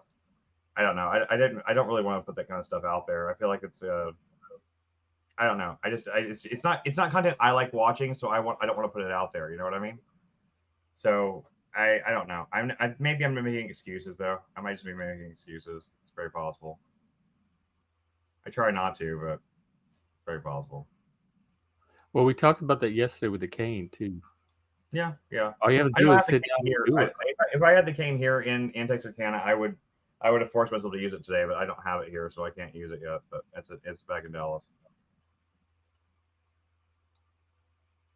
Yeah, that was. And thank you for having that conversation with me about the game. I appreciate everything both of you said, and it really did mean a lot to me. And like everything I said about later on about when I got emotional about stuff, that was all completely sincere. I mean, the 110%. And I just want you to know that was it's meaningful to me to have people that actually show that kind of concern to even say that kind of thing to me. So I really appreciate it. So I'll say that again.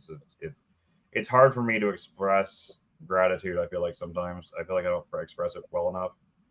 I was terrible at that as a child. Like whenever I would get gifts at Christmas and stuff like that, like everyone always thought I hated all my gifts because I never had I never showed the joy. Like, you see kids, like you see like the meme video of like the kid getting the N64 and being like, and all that stuff like that. I would get my parents gave me a bike once. and I really wanted a bike. It was something I did want. And they tried this really clever thing where they put the bike around the edge of this there was a, it's hard to explain the geometry, but basically the bike was kind of hidden from view. But my parents called me into the kitchen, and in order for me to get to the kitchen, I had to go right past the bike. And I walked right past the bike and was like, "Hi, what's up?" They're like, "Yeah, huh?" And I was like, "What?" And they had to walk me over and show me the bike, and I was like, "Oh, cool, a bike, thank you." And that was my expression was so blank and like so like, and I could see it on my parents' face that they were heartbroken, that like they're like, we thought this is what you wanted, and like they were like, that I really hurt. I didn't mean to hurt them. I've never been good at like expressing like joy and that sort of thing in those kind of ways. I've tried to work on that my whole life, trying to like being someone who receives compliments and gifts better. But I'm really or help or anything, or help receiving help or anything, but I'm terrible at it. I tend to react as though it doesn't matter to me, and it really does. It just, I don't react well. So yeah, my reactions tend to be very dry and like and unenthused.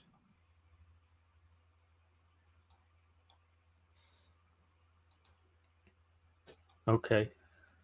Well, it it doesn't matter to me. Sure, no, I was just I don't know. I'm just talking about maybe explaining to anybody else who's listening, like that maybe that might make me a little make a little more sense to somebody. Maybe it doesn't. But.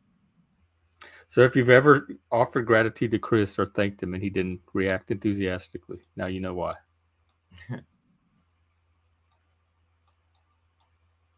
I'm sorry. I guess that was really boring. I wasn't trying to bore everybody. I mean, it's not. This is a live stream. I know. I get self-conscious though, man.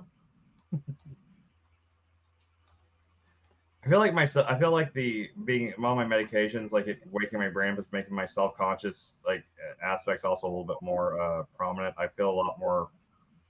I was kind of numb for a while, and like I wasn't quite as self-aware as I have felt the last few days. So it's making me feel more embarrassed at times. So it's kind of a negative side effect I've been dealing with.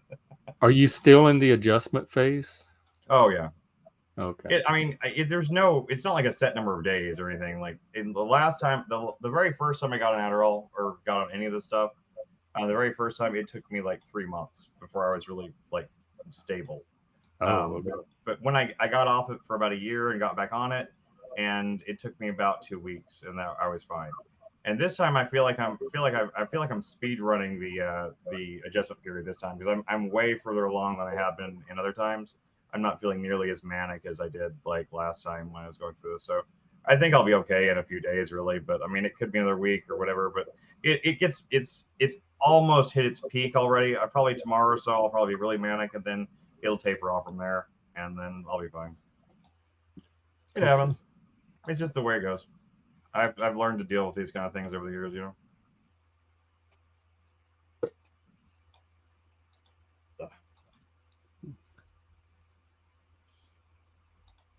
Like I never would have, if not for getting back my meds and stuff, I never would have like gone crazy and created a new Poshmark account and everything last night. I never would have done things shit like that. That is very much like, you know, that was before I was ADHD. I mean, not that I guess I always was, but before the ADHD got really bad, as in my late teens and early 20s, that's where I was as a kid all the time. That's the reason I know that still kind of works for me, because that was like my natural state until I went through puberty and like my hormones got all fucked up. So I went through puberty too early. How old were you when you went through puberty? 11. That's when I went through it. A lot of guys don't hit puberty until 14, 15 though. So. Oh my God, no! I was like, I think I just turned 11. I had a slight mustache when I was 10 and a half, 11, somewhere around there. It was weird. A 10-year-old with a mustache. It wasn't like a thick one. It was just like the little prepubescent mustache thing. But I had a little. I don't know if there's any pictures of me with it, but if there are, that'd be funny. I looked very different than I look now. Then.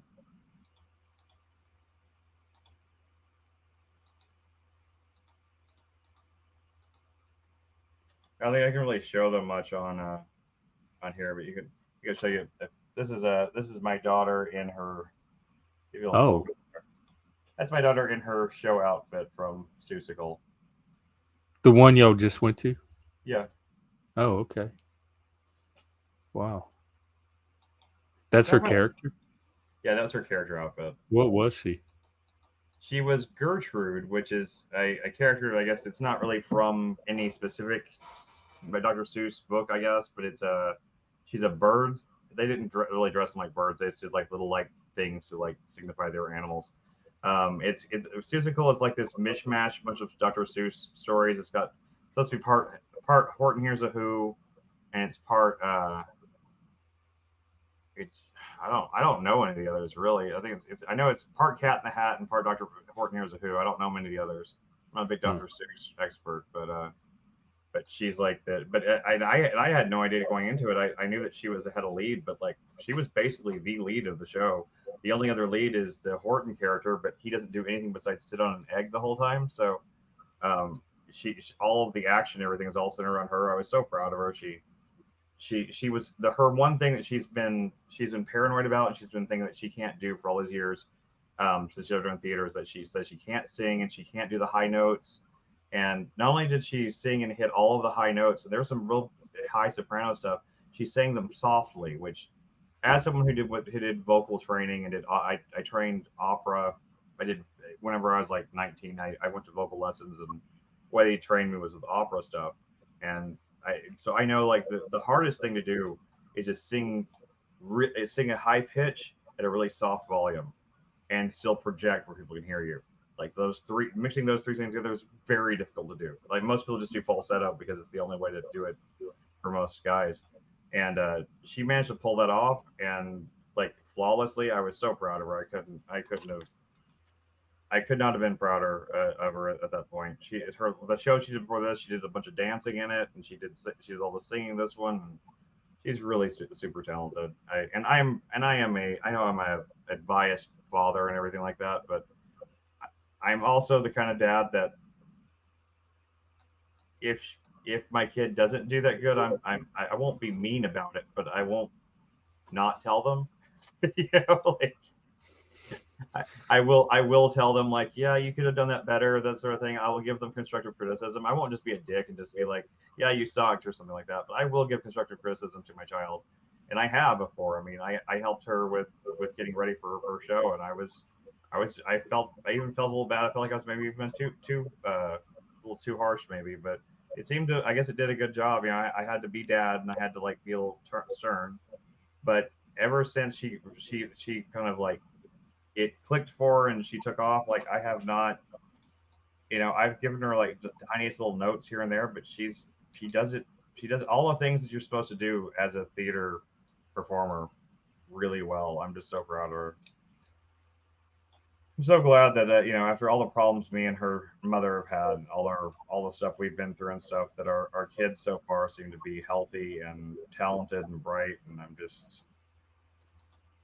proud. I'm very, very happy with my family. That's all I can say. I was so afraid, like with Juniper. I had all these nightmares before she was born, that she was gonna be born like with deformities, or she was gonna die shortly after. All these terrible fears from it for some reason, and she was perfectly healthy. I don't know why I was so afraid, but I was. Sorry, I didn't mean this to be the Chris confessional diary show. I'm not trying to do that. I just I mean, there's nothing else going on, so we can look at some tweets or something. We can look at some. There's got to be. I've gone through them all. Where you were changing her. Went through all the tweets on Twitter. There's all the tweets are gone. Well, all the ones I had set aside. Isn't there always something toxic happening on X? It's been kind of boring lately. It spiked a little bit with the Israel thing, but even that's starting to die down. Let's see here. Let's see if there's anything interesting on Discord here. We always got lots of people posting really interesting stuff on Discord. Let's see what we got. What's face? Canuck posted something yesterday from ChatGPT that I told him we could go over next time he's on. It's that principle of charity thing. he talked about last night, and it breaks down like all these different steps to having a constructive conversation. Which none of that's going to happen on this show. I can tell them right now, but it might be interesting information to just. Yeah, that's definitely something we can look for. Let me see what Jack's up there. See if he's around.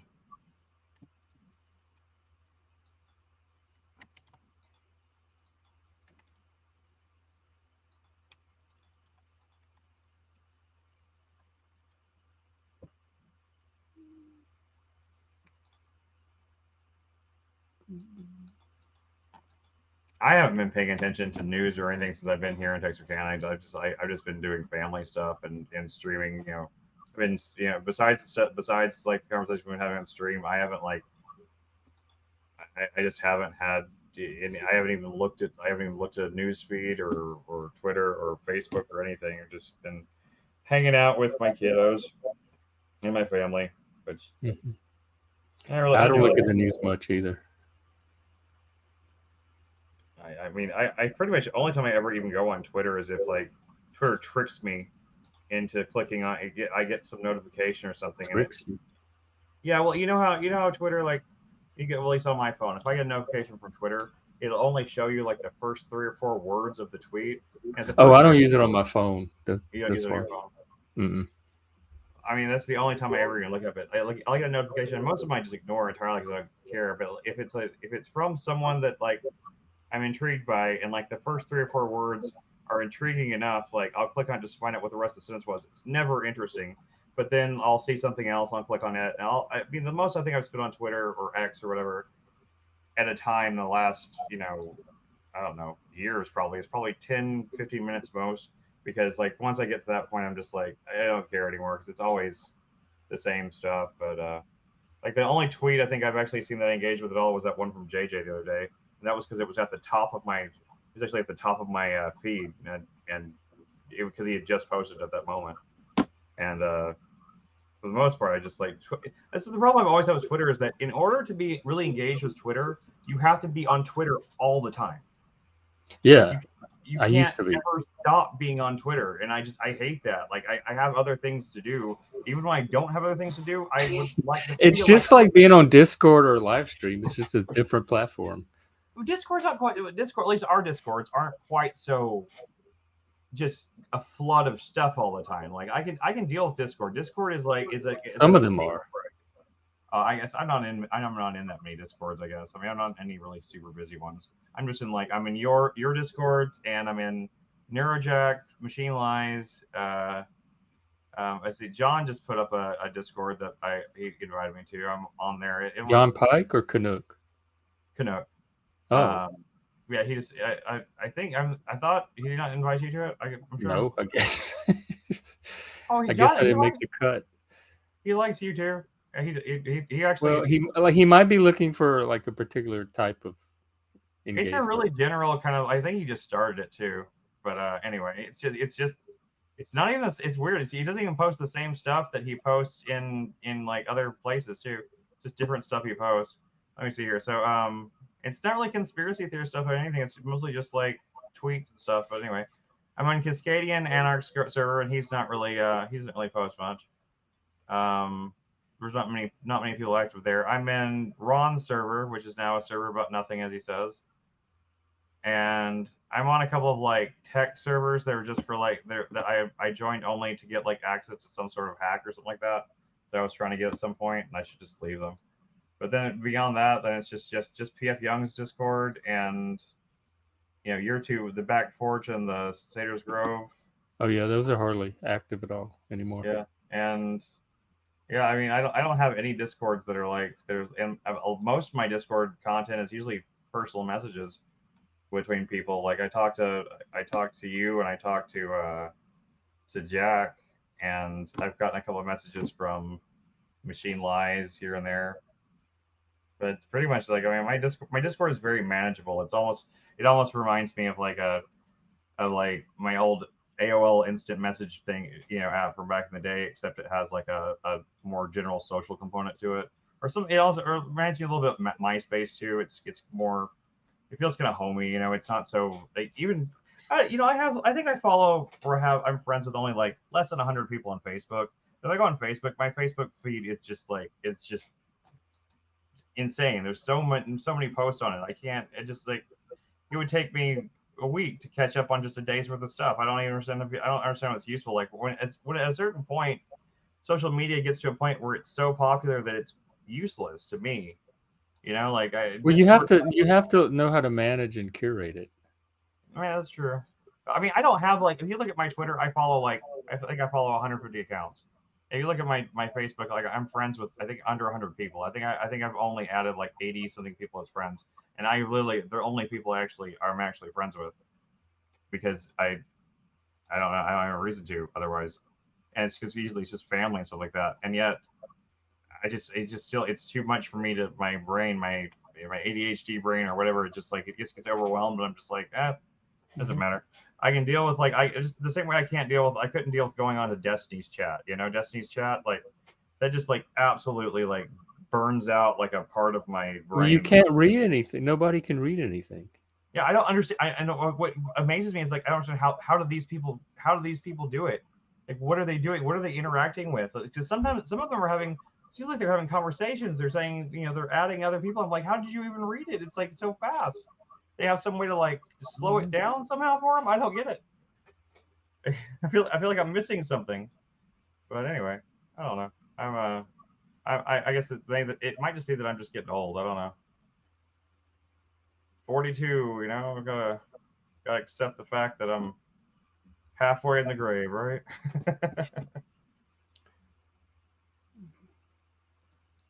I don't really think that way, but people make those jokes, so.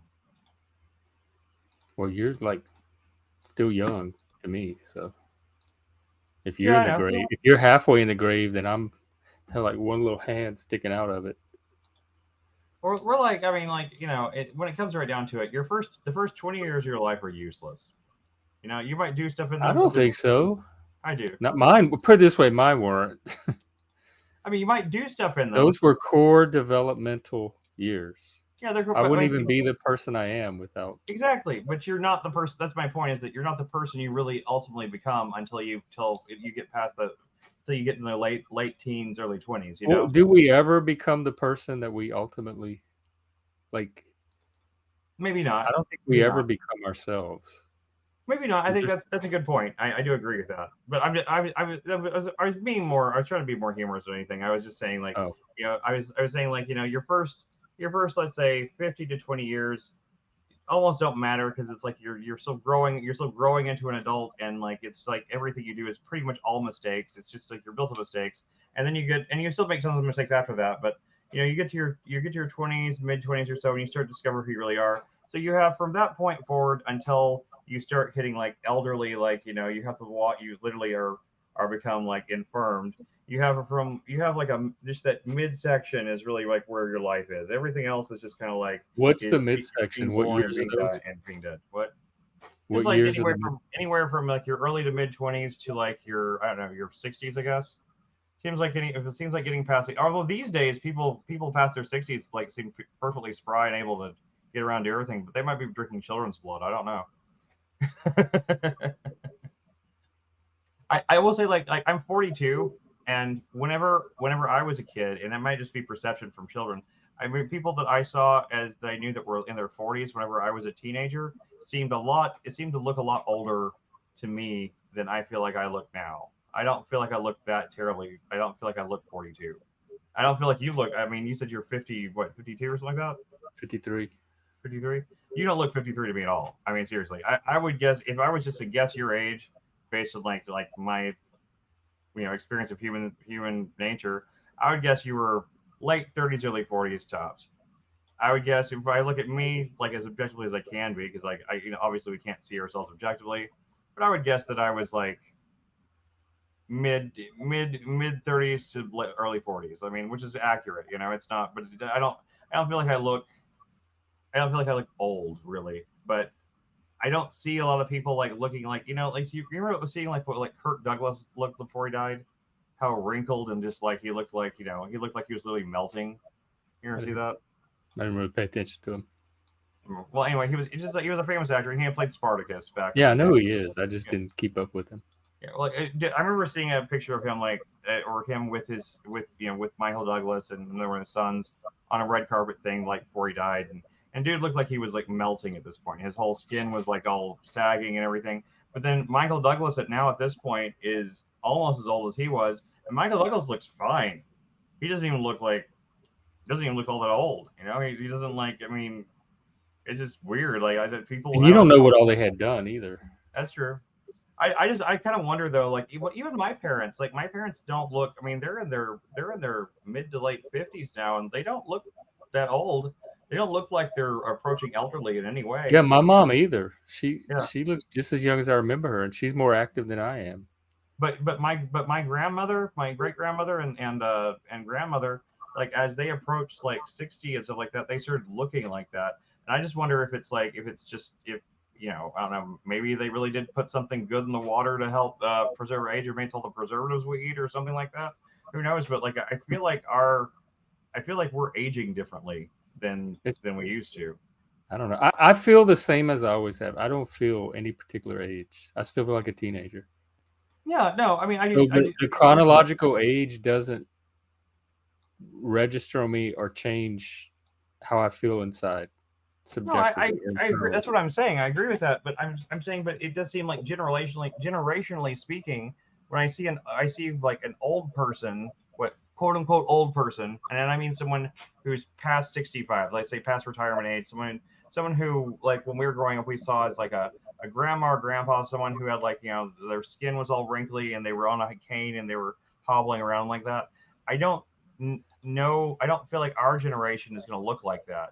I don't think we saw that at 65 though.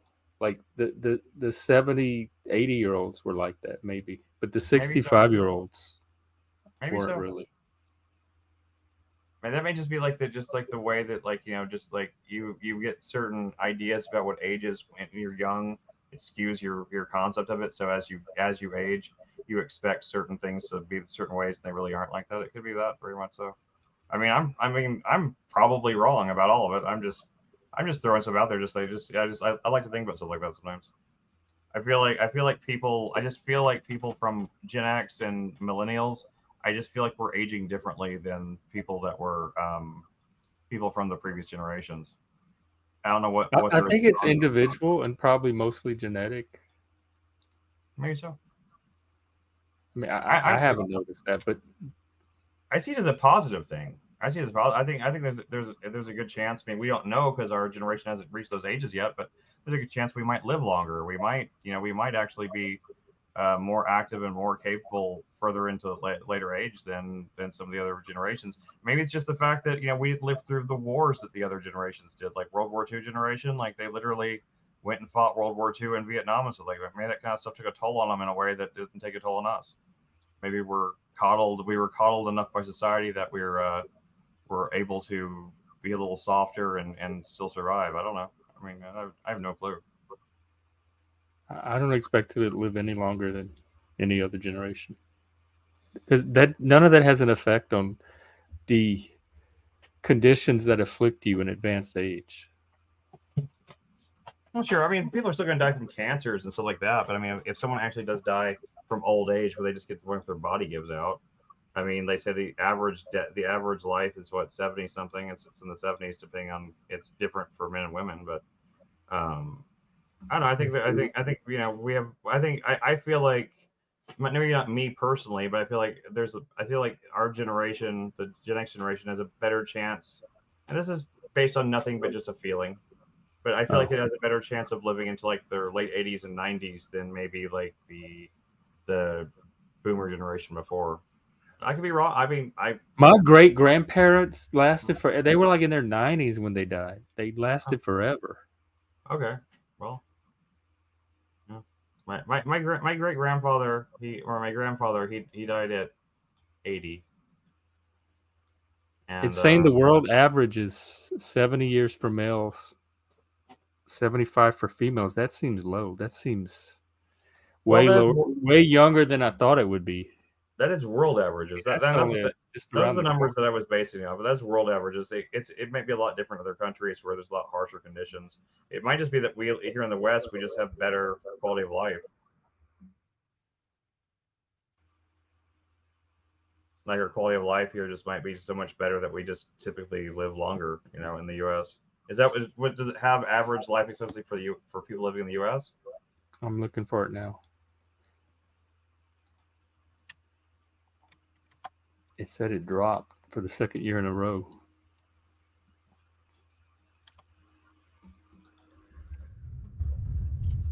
The average life expectancy for a man in the U.S. is 76.1 years. How much? 76? 76.1. Okay, that's a little better.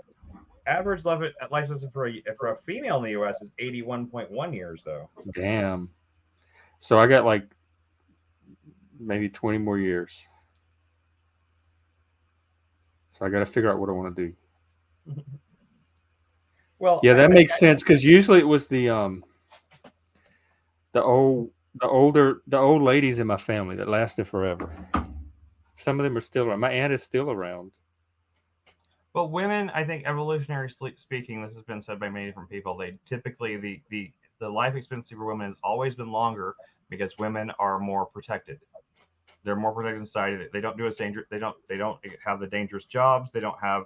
But I'm thinking of stuff like your body falling apart, where that wouldn't be impacted by risk or danger or protection. Like their bodies just lasted longer than the male bodies. Well, no, think about it. Heart disease or whatever kills you in old age. If you're a man and you spent most of your life in coal mines or mining, something like that, that's gonna be hard. That's gonna be hard on your body overall. So your body is gonna break down sooner than a woman who, then does whatever a woman does, whatever it might be, anything from being a housewife to being a factory line worker or whatever women did in those time periods that we're basing this on right now. I mean, I think it makes sense that men doing construction, hard labor type jobs, those are going to they'll make you stronger in the short term, but over time it's going to wear you down.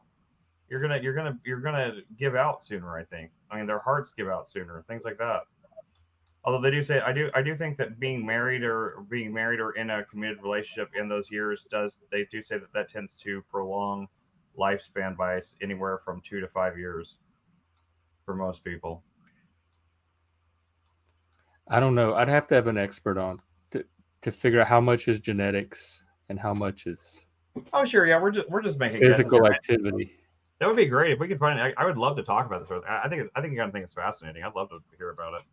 And I'm 100% ready to be wrong about all of it. I mean, Ron might know. Somebody like Ron might even know. Yeah, that's true. He does know a lot about stuff like that. He might be a good person to talk to, or at least he might know somebody to talk to about it. Yeah, because once again, I make statements like that sometimes, but it's usually just because I'm just kind of trying to figure them out in my head. Like I love finding out that I'm totally wrong with the stuff. I want to know the truth. I don't really care about being right. Yeah, I'm the same way. That's why I've talked about it before, but some people will sit there and use their imaginations to speculate, and some people will let's look at what we know about the situation and speculate from there, and that's what I tend more to do. Yeah, I mean, I try to do that too. I mean, everything I said was based on data stuff I've read. You said it was based on how you feel. I know. Well, some of it was based on how I feel. There's one thing I said that I think was more vibe. That's what I try to eliminate, I guess, from my speculations, and I try to start with hard evidence and speculate based on whatever facts or evidence I can gather. But see, I think okay, so let me explain it like this. So yeah, I might start from I might get there's something I get a vibe, but sometimes when I say a vibe or a feeling I get like that, it's a lot of times it's because I've heard things and but I haven't quite quantified it in my head, but something is pushing me towards this kind of general feeling towards it, and that's I express it because I want to try to suss it out. I want to try to figure out if there's any validity to it or not. I'm not saying it because I think this is definitely true because I feel it in my gut. I know that my gut's right. I say my gut's telling me this, so I want to figure out if my gut is just full of shit or if my gut is onto something, you know. Because sometimes I have had like gut feeling type things like that, and it turns out I was really right about something, and I've had gut feelings about things that were way off. And but if so then your gut is sometimes right and sometimes not. Yeah, of course, and I don't I by no means was I saying that my gut is always right or that we should always listen to my gut. I was just simply saying that like I like to put those kind of things out there as like conversation topics because then we can kind of look at the stuff and see if we can figure out like you know. So if I'm totally wrong, I'm 100% like ready to be like, yep, I was wrong about that. That's fine. It doesn't embarrass me to be wrong. I don't think you can really ever get to the truth about things unless you're willing to be wrong about things sometimes. You know. I mean, I don't mean wrong like you're saying making factual statements, but if I say like you know my feeling, it feels to me like it's like this, and like but I want to find out if I'm right or not. I mean, if I find out I'm wrong at that point, that doesn't bother me. I'm happy to find out I'm wrong. I want to know what the truth is, but at the same time, I would never get to that truth in some cases if I didn't start out with some it's just like it. I mean, it's what they do in science, really. You start with the hypothesis. But this stuff like we're talking about, it seems like the truth is already out there. Like we're not reinventing we're trying to reinvent the wheel because that stuff I'm sure is already determined. We just have to know where to locate it, and that would be more productive than speculating about it to me. Which is why I have actually tried to look it up before, but not in a long time. So let me look it up again. I tried to look up before about the aging thing. I've tried to figure out if people are aging different or aging in a way where they're not aging as like harshly. And I've tried to find out like there's been studies about that. And in the past, I was unable to find that information. So let me see if like maybe that information might exist now. So let's see here. Are people aging differently? Maybe that's the easiest. The first Google's first like autocomplete was are people aging slower? So let's see what it says that. There's the rate, which I don't even understand. How can you age slower? I don't understand what that means. I guess they mean biological aging. Because that's what people are doing with Israel right now too. They're just like looking at things and their mind starts spinning out reality for them. Well, I know, but as long as very few of them look into the history, very few of them look into the geopolitics of the region. Very few of them look at the political situation in Israel and Gaza. And so it's a good first step, but I guess I'm just too much of a rationalist and an empiricist. Like I have a very scientific mindset, even though I'm not a scientist at all. I just like I said, for me it is just a first step. I like to take that first step to like if I see something that I think is like curious or different than I expect it to be, I notice that, and then I try to find out if there's any truth to it or not. And sometimes there just isn't any studies out there to go on, so you just kind of have to go by like what you see. But it doesn't really. It's not like something you base your life on either. It's just kind of a curious observation. This is what Bing's GPT thing says. According to a study just conducted by Duke University, people age at different rates, and the divergence starts in young adulthood. By the age of 45, people with a faster pace of biological aging were more likely to feel, function, and look far older than they actually were. The study found that the relative spirit towards old age began in their 20s. However, another study by University of Southern California and Yale University researchers suggest that at least part of the gains in why didn't it copy the whole thing? Hold on. Didn't copy everything. I don't know why it stopped. Maybe that doesn't let me post that much in there. Let's see here. It's generational differences in aging that it sounds like you're asking about, though. Yeah, I was talking about generational differences, but this is still interesting though. It says that the research suggests at least part of the gains in life expectancy over recent decades. Okay, so there are gains in life expectancy in recent decades, maybe due to a change in the rate of biological aging rather than simply keeping ailing people alive. It's important to note these studies are not conclusive and further research is needed. That's interesting anyway. Another thing says that researchers today believe that life expectancy has less to do with people growing older and more to do with fewer people dying earlier in life. However, people do vary in how fast they age, and the divergence starts in young adulthood. By the age of 45, people with a faster pace of biological aging are more likely to feel, function, and look far older than they actually were. So people do, individuals do. Yeah, no. Is there a generational trend? No, that absolutely, definitely debunks what or at least as long as that information is correct, that absolutely debunks what I just said. So good to know. I mean, yeah, I mean I looked for a study like that, like when I first started noticing things like that, like 5-6 years ago, and that study didn't exist then. So it wasn't just me noticing it. There was researchers that noticed it and tried to do a research study on it. You know, because like there's definitely something different about the way certain people are aging. I feel like because I met a guy that was my age.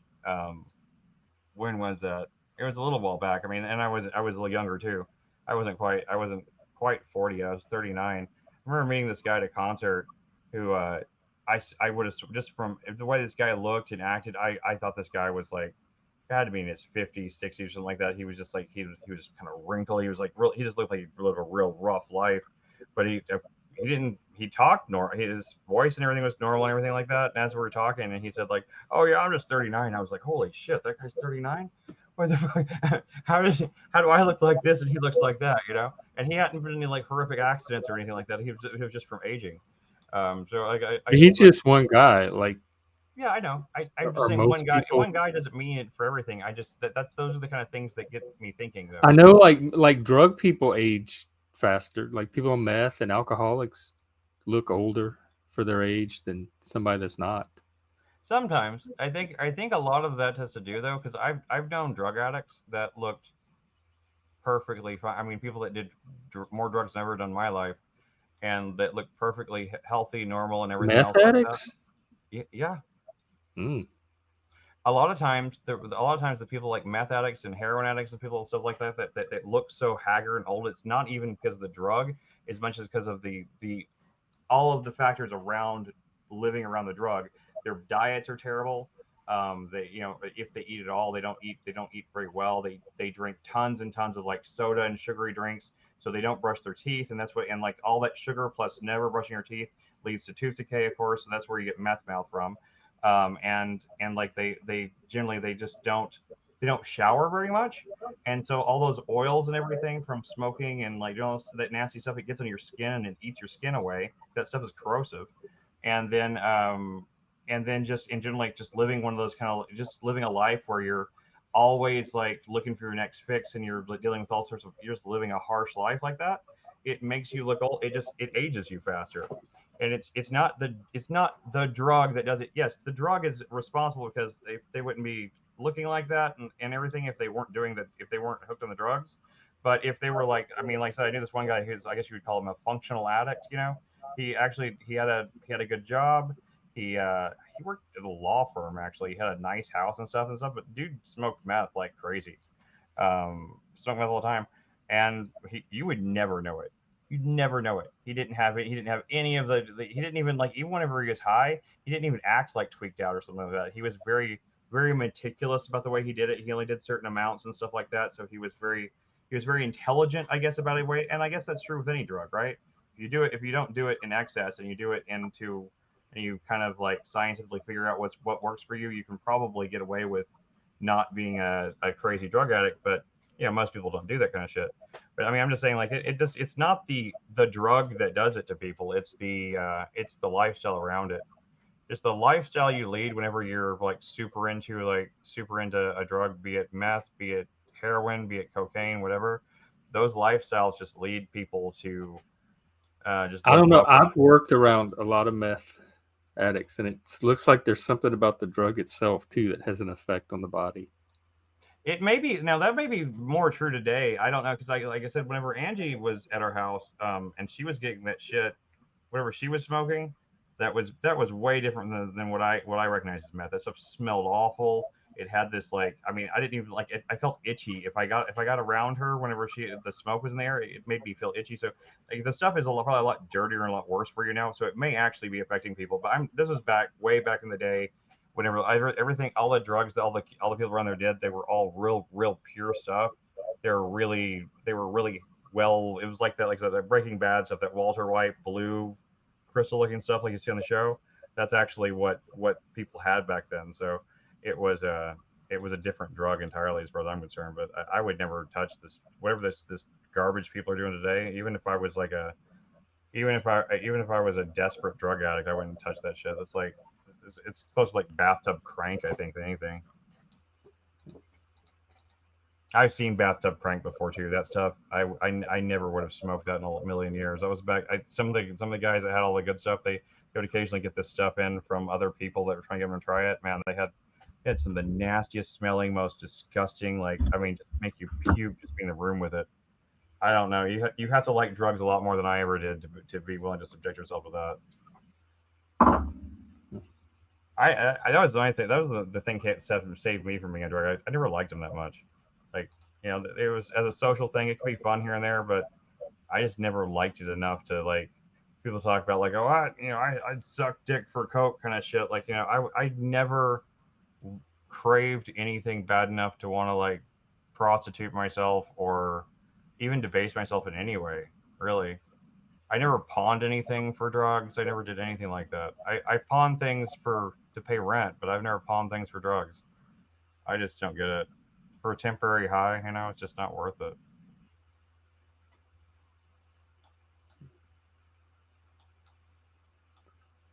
Well, we've gone 2 hours. Oh, we have shit. So, yeah, we can. I have to run to the store and do some errands before the men's thing. Yeah, I guess I'm gonna get myself going and get on the road. Like I said, like what time does the thing with Anton start? 8 p.m. your time. 8 p.m. my time. Okay. Yeah. Let's do I'll probably pop in the comments around. I don't know. I should get home around 9 or so. So you'll probably see me in the comments. Yeah, whatever. There. I mean, all we're doing is watching TikToks and That's reacting to them. I mean, I'm not that I need. I mean, it's fun to watch. I mean, I don't want to jump on and like. Don't feel pressured or obligated that you have to rush to. I know. Get to the comments. I went ahead every time I always go through anytime I see any of the streams you put up beforehand. I always go through it and click on them, like all of them, and put the notifications. Oh yeah, I do that for all my people too.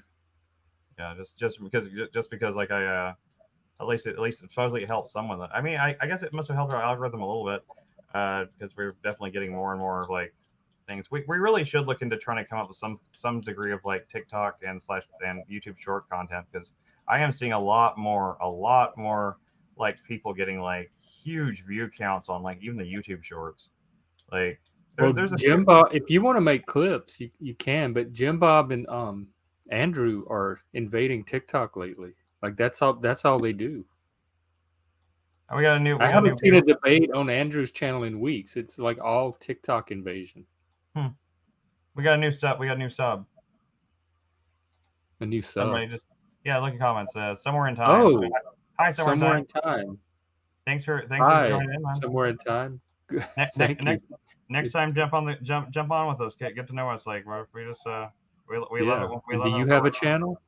Let me see. Yeah, and we'll be back tonight too.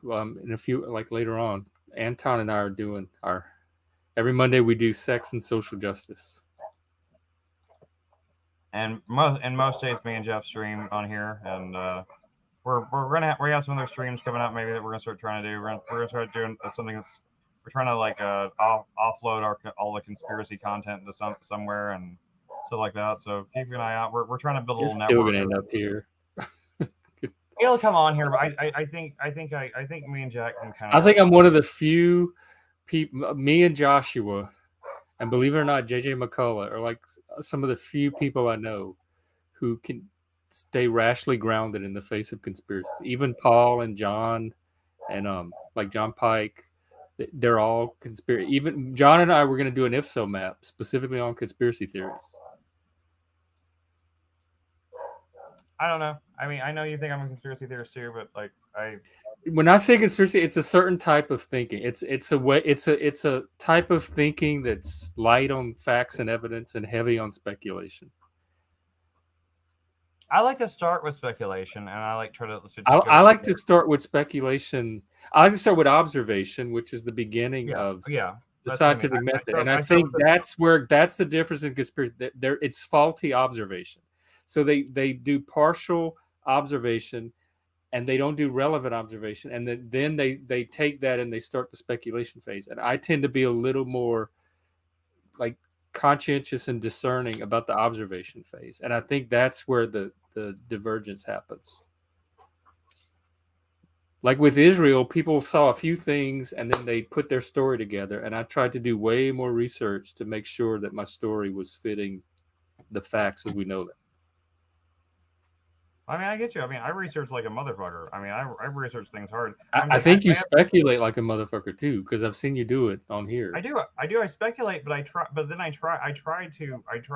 back up the speculation or just debunk it. I try to debunk myself. But you speculate, then you research, and I research, then I speculate. I think that is to me, like the key difference I'm getting at. Not necessarily with you in particular, but with the conspiracy theorists. It's like speculation first, then the research.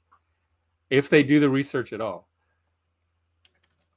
And I build my narrative on on what emerges through my research, and they build their narrative and then they check it with research if they even do that step. A lot of times they don't. Like that mask guy that was on that Chaotic Reacts show, the racist, he was on today. They call him Papa. And he was just spinning out one conspiracy theory after another. Like all he does is sit in his trailer house all day and speculate on all the invisible people running the world and controlling and people like that wars. Are crazy. I mean, they want us to think this, and they're trying to get us to do this. I doubt he does a single piece of research on any of that. And then somebody even they even corrected it on one of his facts, and he's like, "I might be wrong. I might be wrong. I could be wrong." It's like he didn't even care if he was wrong or not. Keeping the narrative in his head going was more important to him than having anything fact checked. It didn't bother him if his facts were wrong. He just needed to believe this. But isn't that kind of? I mean, there's something. I mean, like I prefer someone like that better than someone who gets contradicted and immediately like attacks and is like, no, you're wrong. No, like. I mean, at least someone who's admitting that they might be wrong. I know that can be a defense mechanism that's kind of shitty. It's kind of a what do you call it? A Mott and Bailey kind of thing, right? But I don't know. I mean, like I think what I do. I observe. Like, I mean, sure, there's plenty of things I can observe that are concrete, and I can do research on them. But if I observe something that seems odd to me, that feels odd to me, and like I observe a pattern of some sort, I start, you start speculating hypotheses like what might this be, and then you start researching into it to see like what truth you can find, what facts you can find. If I can't find facts that back any of it up, then I mean, please, there's plenty of Lindsay, if she's not in here right now, she would tell you, like, Lindsay gets mad at me because like, and she's not, I wouldn't even consider her hardcore conspiracy theorist, but there are things that like I will absolutely refuse to give any credence to, despite even life experiences that have like pointed in weird directions, stuff like that, because I just don't think it makes sense. Like no matter how I can't make it make sense. So like I won't give it any credence because I can't make it make sense. I mean, like, like there's lots and lots of like, Illuminati type of like adjacent stuff that I just like when you look at it, it's just like it makes no sense for these things to happen because there's no motivation behind it. Because I mean, I can't think of anything specific at the moment, but I've had these conversations with people before, and it's like like people that get all paranoid about like we're gonna get invaded by China or something, right? And like I always said, like it makes no sense to believe that we'd ever be invaded by China. Why would they? Here. I'm sorry, is she being bad? Anything about the future is speculation, even the weather. Anything. But I mean, those people that are like, but like do that stuff like they think, oh wait, they're just preparing us for China's invasion, stuff like that. I'm thinking, even on a logical perspective, you can look at it logically. Why would China want to take on that kind of burden? They're not doing that well in the first place. That's not going to help them. They have to deal with all of these Americans with guns and everything. I'm just saying, there's 1,000 reasons to see that, like, the possibility of an invasion of China is just kind of a silly thing to worry about. It's probably never going to happen regardless, but there's just nothing. There's no reason to speculate. I mean, I'm saying I argue with conspiracy theories too. I'll give them a little leadway. I mean, I'm willing to be convinced if someone can show me facts and show me data and show me reasons to believe in them. And maybe that makes me more open to it than some people. But I see no reason to to kind of hear somebody out. But like, I mean, yeah, I mean, I don't like conspiracy theories, but conspiracies do exist. They have existed, and they exist in limited forms on small scales. There's not this big global conspiracy. No, they're not big global conspiracies. But I mean, our own friggin' CIA has actually conducted conspiracy type things. MK Ultra was real. It really happened, and it's bizarre that happened. I mean, I couldn't believe like reading those documents and stuff like that. That our own government really did all this, like conducted psychic research and all this stuff like that. I mean, that But happened. all governments probably do that. Probably so, but it's still. But until that stuff was released, people have been talking about stuff for years, and everyone called them conspiracy theorists, called them crazy, called them this and that. I'm just saying, like some of these things do happen; they are real. So I feel like discounting it. You know, if it's a flat earther, okay, well, what are you gonna do? A flat earther? What can you say to them? There's no reasoning with a flat earther. They don't see the curvature of the earth, whatever. They think that the moon is a balloon. It's heavy on theory and light on facts, and that's my criticism. I don't mind if somebody's like putting forth a quote unquote conspiracy theory if they have all these facts to back it up. And sometimes I speculate because it's fun to speculate. It's just fun because I'm a writer's brain, so I like to speculate. I think yes, you hit it. Yes, it's fiction. It's fictive. Yeah. And there is a certain pleasure in that, but then I think people try to pass it off as reality. Yeah. And I also don't see. I'll tell you another thing that I don't get about a lot of people with conspiracy theories. A lot of people, they seem to really get off on like this whole idea of like knowing that the thing is going to happen before it happens, and I see no advantage of that unless that foreknowledge is somehow going to save me and my family, that like by like knowing about this beforehand, then maybe I could like, you know, get my family out of harm's way. Beyond that, there's no point in it. It's like okay, so like your theory is that like the evil people at CERN are going to open a black hole and this and that. So what could we possibly do about that? What is knowing whether even possible? So if you're right and you found it and so the only thing you have is bragging rights to nobody. So because the black hole got open, we all got swallowed up. So like I just don't even see the point in it. It's like your whole point is just just out there screaming about something just so everyone knows the truth. Most of the ones I encounter like in this circle is more based on fear and paranoia and a sense of powerlessness than wanting to be right about predicting the future. I mean, I know there's some of them I've seen. I used to hang around, like lurk, like I said, the Godlike Productions forum. Like a lot of those people, that was their main thing. When people would call them out and how stupid they were screwed, like you just wait until it happens. You'll could be sorry. You'll see that I was right. It's kind of like that. You know, that I've seen a lot of that kind of stuff too. I have friends like that. I have so many friends that are conspiracy theorists. Yeah, and that's exactly how they are. Yeah, you'll be sorry whenever it turns out to be true. Will I? Because if you're right, then we're all gonna be fucking dead. I guess it'll be real satisfying to know that you knew we were all going to die before I did. Unless you can do something about it, I just don't see the point, you know. And I think sometimes it's just a matter of like of just trying to like having the right information. It can kind of like maybe the right information kind of help you navigate life somewhat better sometimes. But yeah, I agree. I mean, I am more than you think I am. I'm more on your side about the anti-conspiracy thing than you think I am. I'm just a little bit more open to listening to them and thinking about them mostly because I find a lot of it entertaining But I also think you engage in more of it too. Like what? I've seen it on the stream. Like not just a passive, oh, this is interesting to listen to, because I'll listen to them too. I think you engage in that type of speculation as well. I mean, yeah, I might play along with it some, but I mean, like, can you give me an example so I can? Just go back and watch all the past streams, because now it's kind of getting into gaslighting territory. I have seen you on the stream spinning out similar narratives. Gaslight anybody. I was just honestly asking if you could think of an example, because like I want to watch myself that kind of thing. I don't want to do that kind of thing.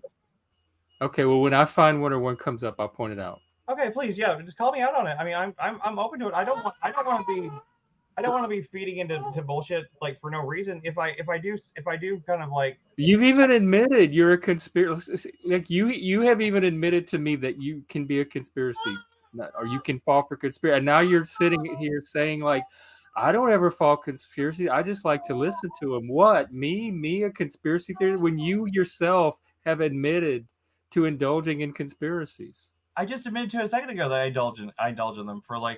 So all I am saying, my observations are only based on what I've seen from you and what you yourself have told me. And all of a sudden, it's like, what am I talking about?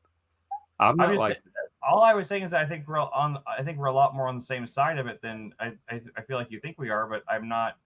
I'm not trying to I'm not saying yes, I'm more open to conspiracy thinking than you are. I am, but I also don't take them that terribly seriously either. I don't take them as I like the speculation. I like to think about those kind of crazy things, but at the same time, I don't take that out and go out and try to protest against 5G towers or something like that. Well, none of the people on this show are out protesting or anything. It's all just talking on streams.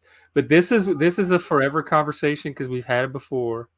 I'm sure we're gonna have it again. So let's just end it here because I really do have to go. Okay, and I'm sorry. I hate ending on a contentious note, but okay. It's not contentious. It's it's not contentious for me. Put it that way. Okay, it's not contentious for you, then I believe it. I mean, I don't feel upset about it. I feel like I upset you somehow. I didn't mean to. No, you just there was some cognitive dissonance there because everything I said about you was based on things you have said on this stream, and all of a sudden it seemed like you were either not aware or you were walking them back and trying to make it seem like I wasn't perceiving what I know I perceived. Okay, well, I didn't mean it like that, and I didn't mean it like that. It's certainly not. I certainly never meant to make you think I was. Because when the conspiracists come on, you definitely indulge them, and you seem like you're way more in their camp than I am. I do indulge them somewhat because I like to hear more what they have to say, but it doesn't mean I take it seriously. But that's okay. Well, it seems like it seems like you play along with them more. Like you have me convinced that you're more believing what they're saying. So if you're just doing that for their benefit and you don't really believe it, that part's not coming across. Okay, well I'll keep an eye on that. I'll try. I always try to improve and try to be better at this sort of thing. I mean, back whenever we first started streaming, when I first started coming on streams, like I said, I literally the only conversations I had for 2 years before that had been with myself. I literally had not talked to people in a long time. So this has been a learning process of me just learning how to kind of socially interact again. So, I mean, I don't doubt that I'm definitely making some major faux pas at times. I'm trying to get better at it. No, none of that was what I was saying, but we'll have to talk about this another time. Okay. I mean, I just mean like this, please. I'm saying, please call me out on it. Let me know when I'm doing it. I want to know. I want to get better. That's all. You're not doing anything wrong, and it's not about behavior. It's just you definitely said some conspiratorial things that it seemed like you believe, and now it sounds like you're saying you don't ever do that. You're this hyper rational person that always goes by evidence, and I have seen the opposite of that, and you yourself have admitted to the opposite of that. No, I didn't mean to. So either you're not aware or don't remember you saying these things, or you're presenting it in a different way now. I would say that I am somewhere in between those two extremes. I do not consider myself to be a hyper rational person. I try to use rationality as much as possible. I don't tend to. I mean, you just said you're a writer and you have a writer's brain. So even stuff like that. Yeah, I do. And that's what I'm saying. I may not take the conspiracy stuff that seriously, but I do indulge in it because I find it entertaining. So yeah, right. So maybe it's just your writer's brain, but you definitely do it. Is my point. I've seen you do it, and when it's just your writer's brain, I can't tell that you don't actually believe it, and it's just your writer's brain. So to me, it looks like you're spinning out conspiracy theories that you believe in. Okay, see, that is something I can actually But it's not anything you have to change or do. It's just I think there's one thing going on in your head when there's when there's something else that I can't. It's that part's invisible to me. If you're throwing out a conspiracy theory just for fun and you don't actually believe it, but you don't say you don't believe it, then it looks to me like you believe it. I can't tell that you don't believe it. That's totally fair. I mean, seriously, that's a good note. That's something I can keep in mind, and because I don't want. That's not my intention when I do that. I'm just trying to. If I'm just doing something, I should be more clear about my intention. I think that's true. So, anyway, we can end it here. Always great talking to you, Jeff. And I will. If I don't see you tonight, I'll see you tomorrow. I guess I'll just check and see when you. Oh yeah, tomorrow's the. I haven't heard from Emerald yet if she's gonna be around to finish the show or not. So.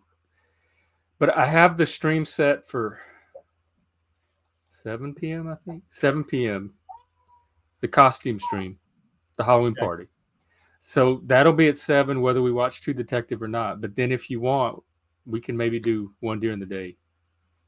Sure. Yeah. I mean, I'll be home all day tomorrow.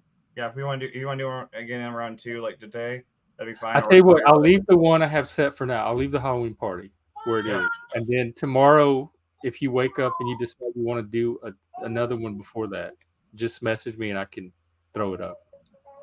All right. Yeah. I'm happy to. I'll be happy. I'll let you know. I mean, I'll be there at the house all day anyway, so I'll just give you a message in the morning.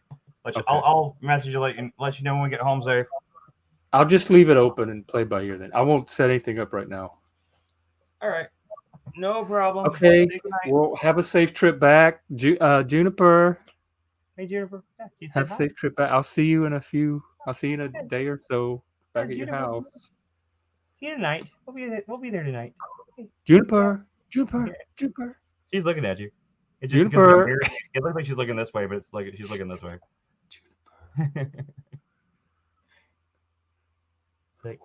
That's Jeff. Say Jeff. Say hi, Jeff. Hi. He's like, that's Daddy's friend. Oh, look, I don't know if it's a her or him. Their granddaughter's named Juniper. Granddaughter's name is Juniper? Wow. Oh, look, another Juniper.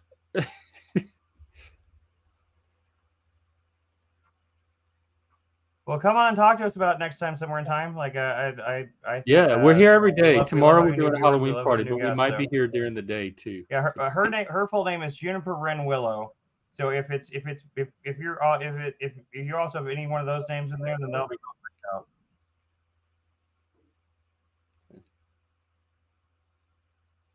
Yep, we'll be around. You can just check Jeff's channel. We'll always we need to come up with an airing schedule kind of thing, kind of like we were going to do that calendar. Joshua has the calendar ready to go. We just have to come up with the website. Okay, cool. That'll be fun. But yeah, we definitely need to do that. We need to get a calendar going. Well, I wonder if we could set up like when we set up the website, because we have all these disparate YouTube channels. We can set up a thing on there, kind of like remember the old school TV guide channel where you could go through and choose what was playing. If we have lots of live streams going at the same time, so we could have a thing where you can set up that will show who's streaming right now, and you can click on them and just take you right to YouTube. That's what I envisioned. Exactly that. Yes, like a little TV guide for streamers, and then you could click each entry on the guide would be you could click it and go to their channel. Yeah. And or maybe you just embed it within the site itself, and that way we can kind of create it'll be a nice little portal, and they'll still get YouTube streams, so this YouTube stream still count. You don't have to actually leave the site though. You can do it from within that site because it embeds it. And then I also like the idea of having a second channel that everybody streams to, so there's always something to watch on that one channel. Yeah. One an aggregation channel. Yeah, I was thinking about doing that too. Just one that just and it can also play old streams too when there's no one streaming. It can just just randomly pick an old stream and play them. There's lots of those right now. Maybe this week we could work on that. Yeah, definitely. I started looking into it the other night, and then I forgot, but now I've got it fresh in my mind. So, anyway, maybe catch you tomorrow. Not been on the panel once. Maybe break in for fun. What time, Jeff? Like we just said, we're doing a Halloween stream, so I probably won't be in costume, but we're supposed to be in costume. Yes, you're gonna be. Yes, you have to come in costume. You're co-host. Okay, well, I'll find something. I will find something. I'm gonna have to dig in. You just have to be that creative, just for the spirit of it. At least come in something. If I can dig in my storage, I can find my Dale Cooper jacket, please. So. Okay. So yeah, tomorrow we're here at 7 p.m. Central for the costume party. So anybody that comes on stream is welcome to come in costume. And we might do before that during the day, around 3 or 4 Central Time. A hat. Yeah. As long as it's costume. I mean, yeah, if it depends on the hat, I mean, if it's just a fedora, maybe not. But if it's you got a top hat or something, I don't know, you can do something. We'll probably be streaming around 3 or 4 or something tomorrow for a little while, so we can come on there and you said you've never been on a panel once, but you break in. So yeah, come on this panel. It's always fun. We're real laid back people. We don't like haze people or anything. So you're good. Oh, Chris and I both lived in Vegas. I lived there for 8 years. Yeah, I lived there for 8 In the years 2000s. too. I love Vegas. That's my favorite city. Oh, cool. Well, we'll have lots to talk about. Yeah, definitely try to come on. Yeah, definitely. Okay, I really gotta go. Let me find some Bye, guys. music and play us out.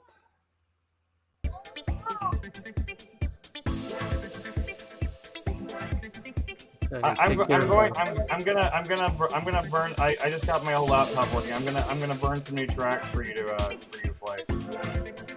Okay, yeah. If you make them a smaller file size, Yeah, I'll probably be able to upload I'll them. get you a bunch more of them. All right, later. Okay. Take care, everyone. Happy Halloween. We'll see you tomorrow. Well, actually, tonight, Anton and I are doing the TikToks at 7 p.m. Central. No, sorry, 8 p.m. Central. And then tomorrow's our Halloween party. So I will be back on later tonight at 8 p.m. with Anton. See you later. Have a good week. Have a good day.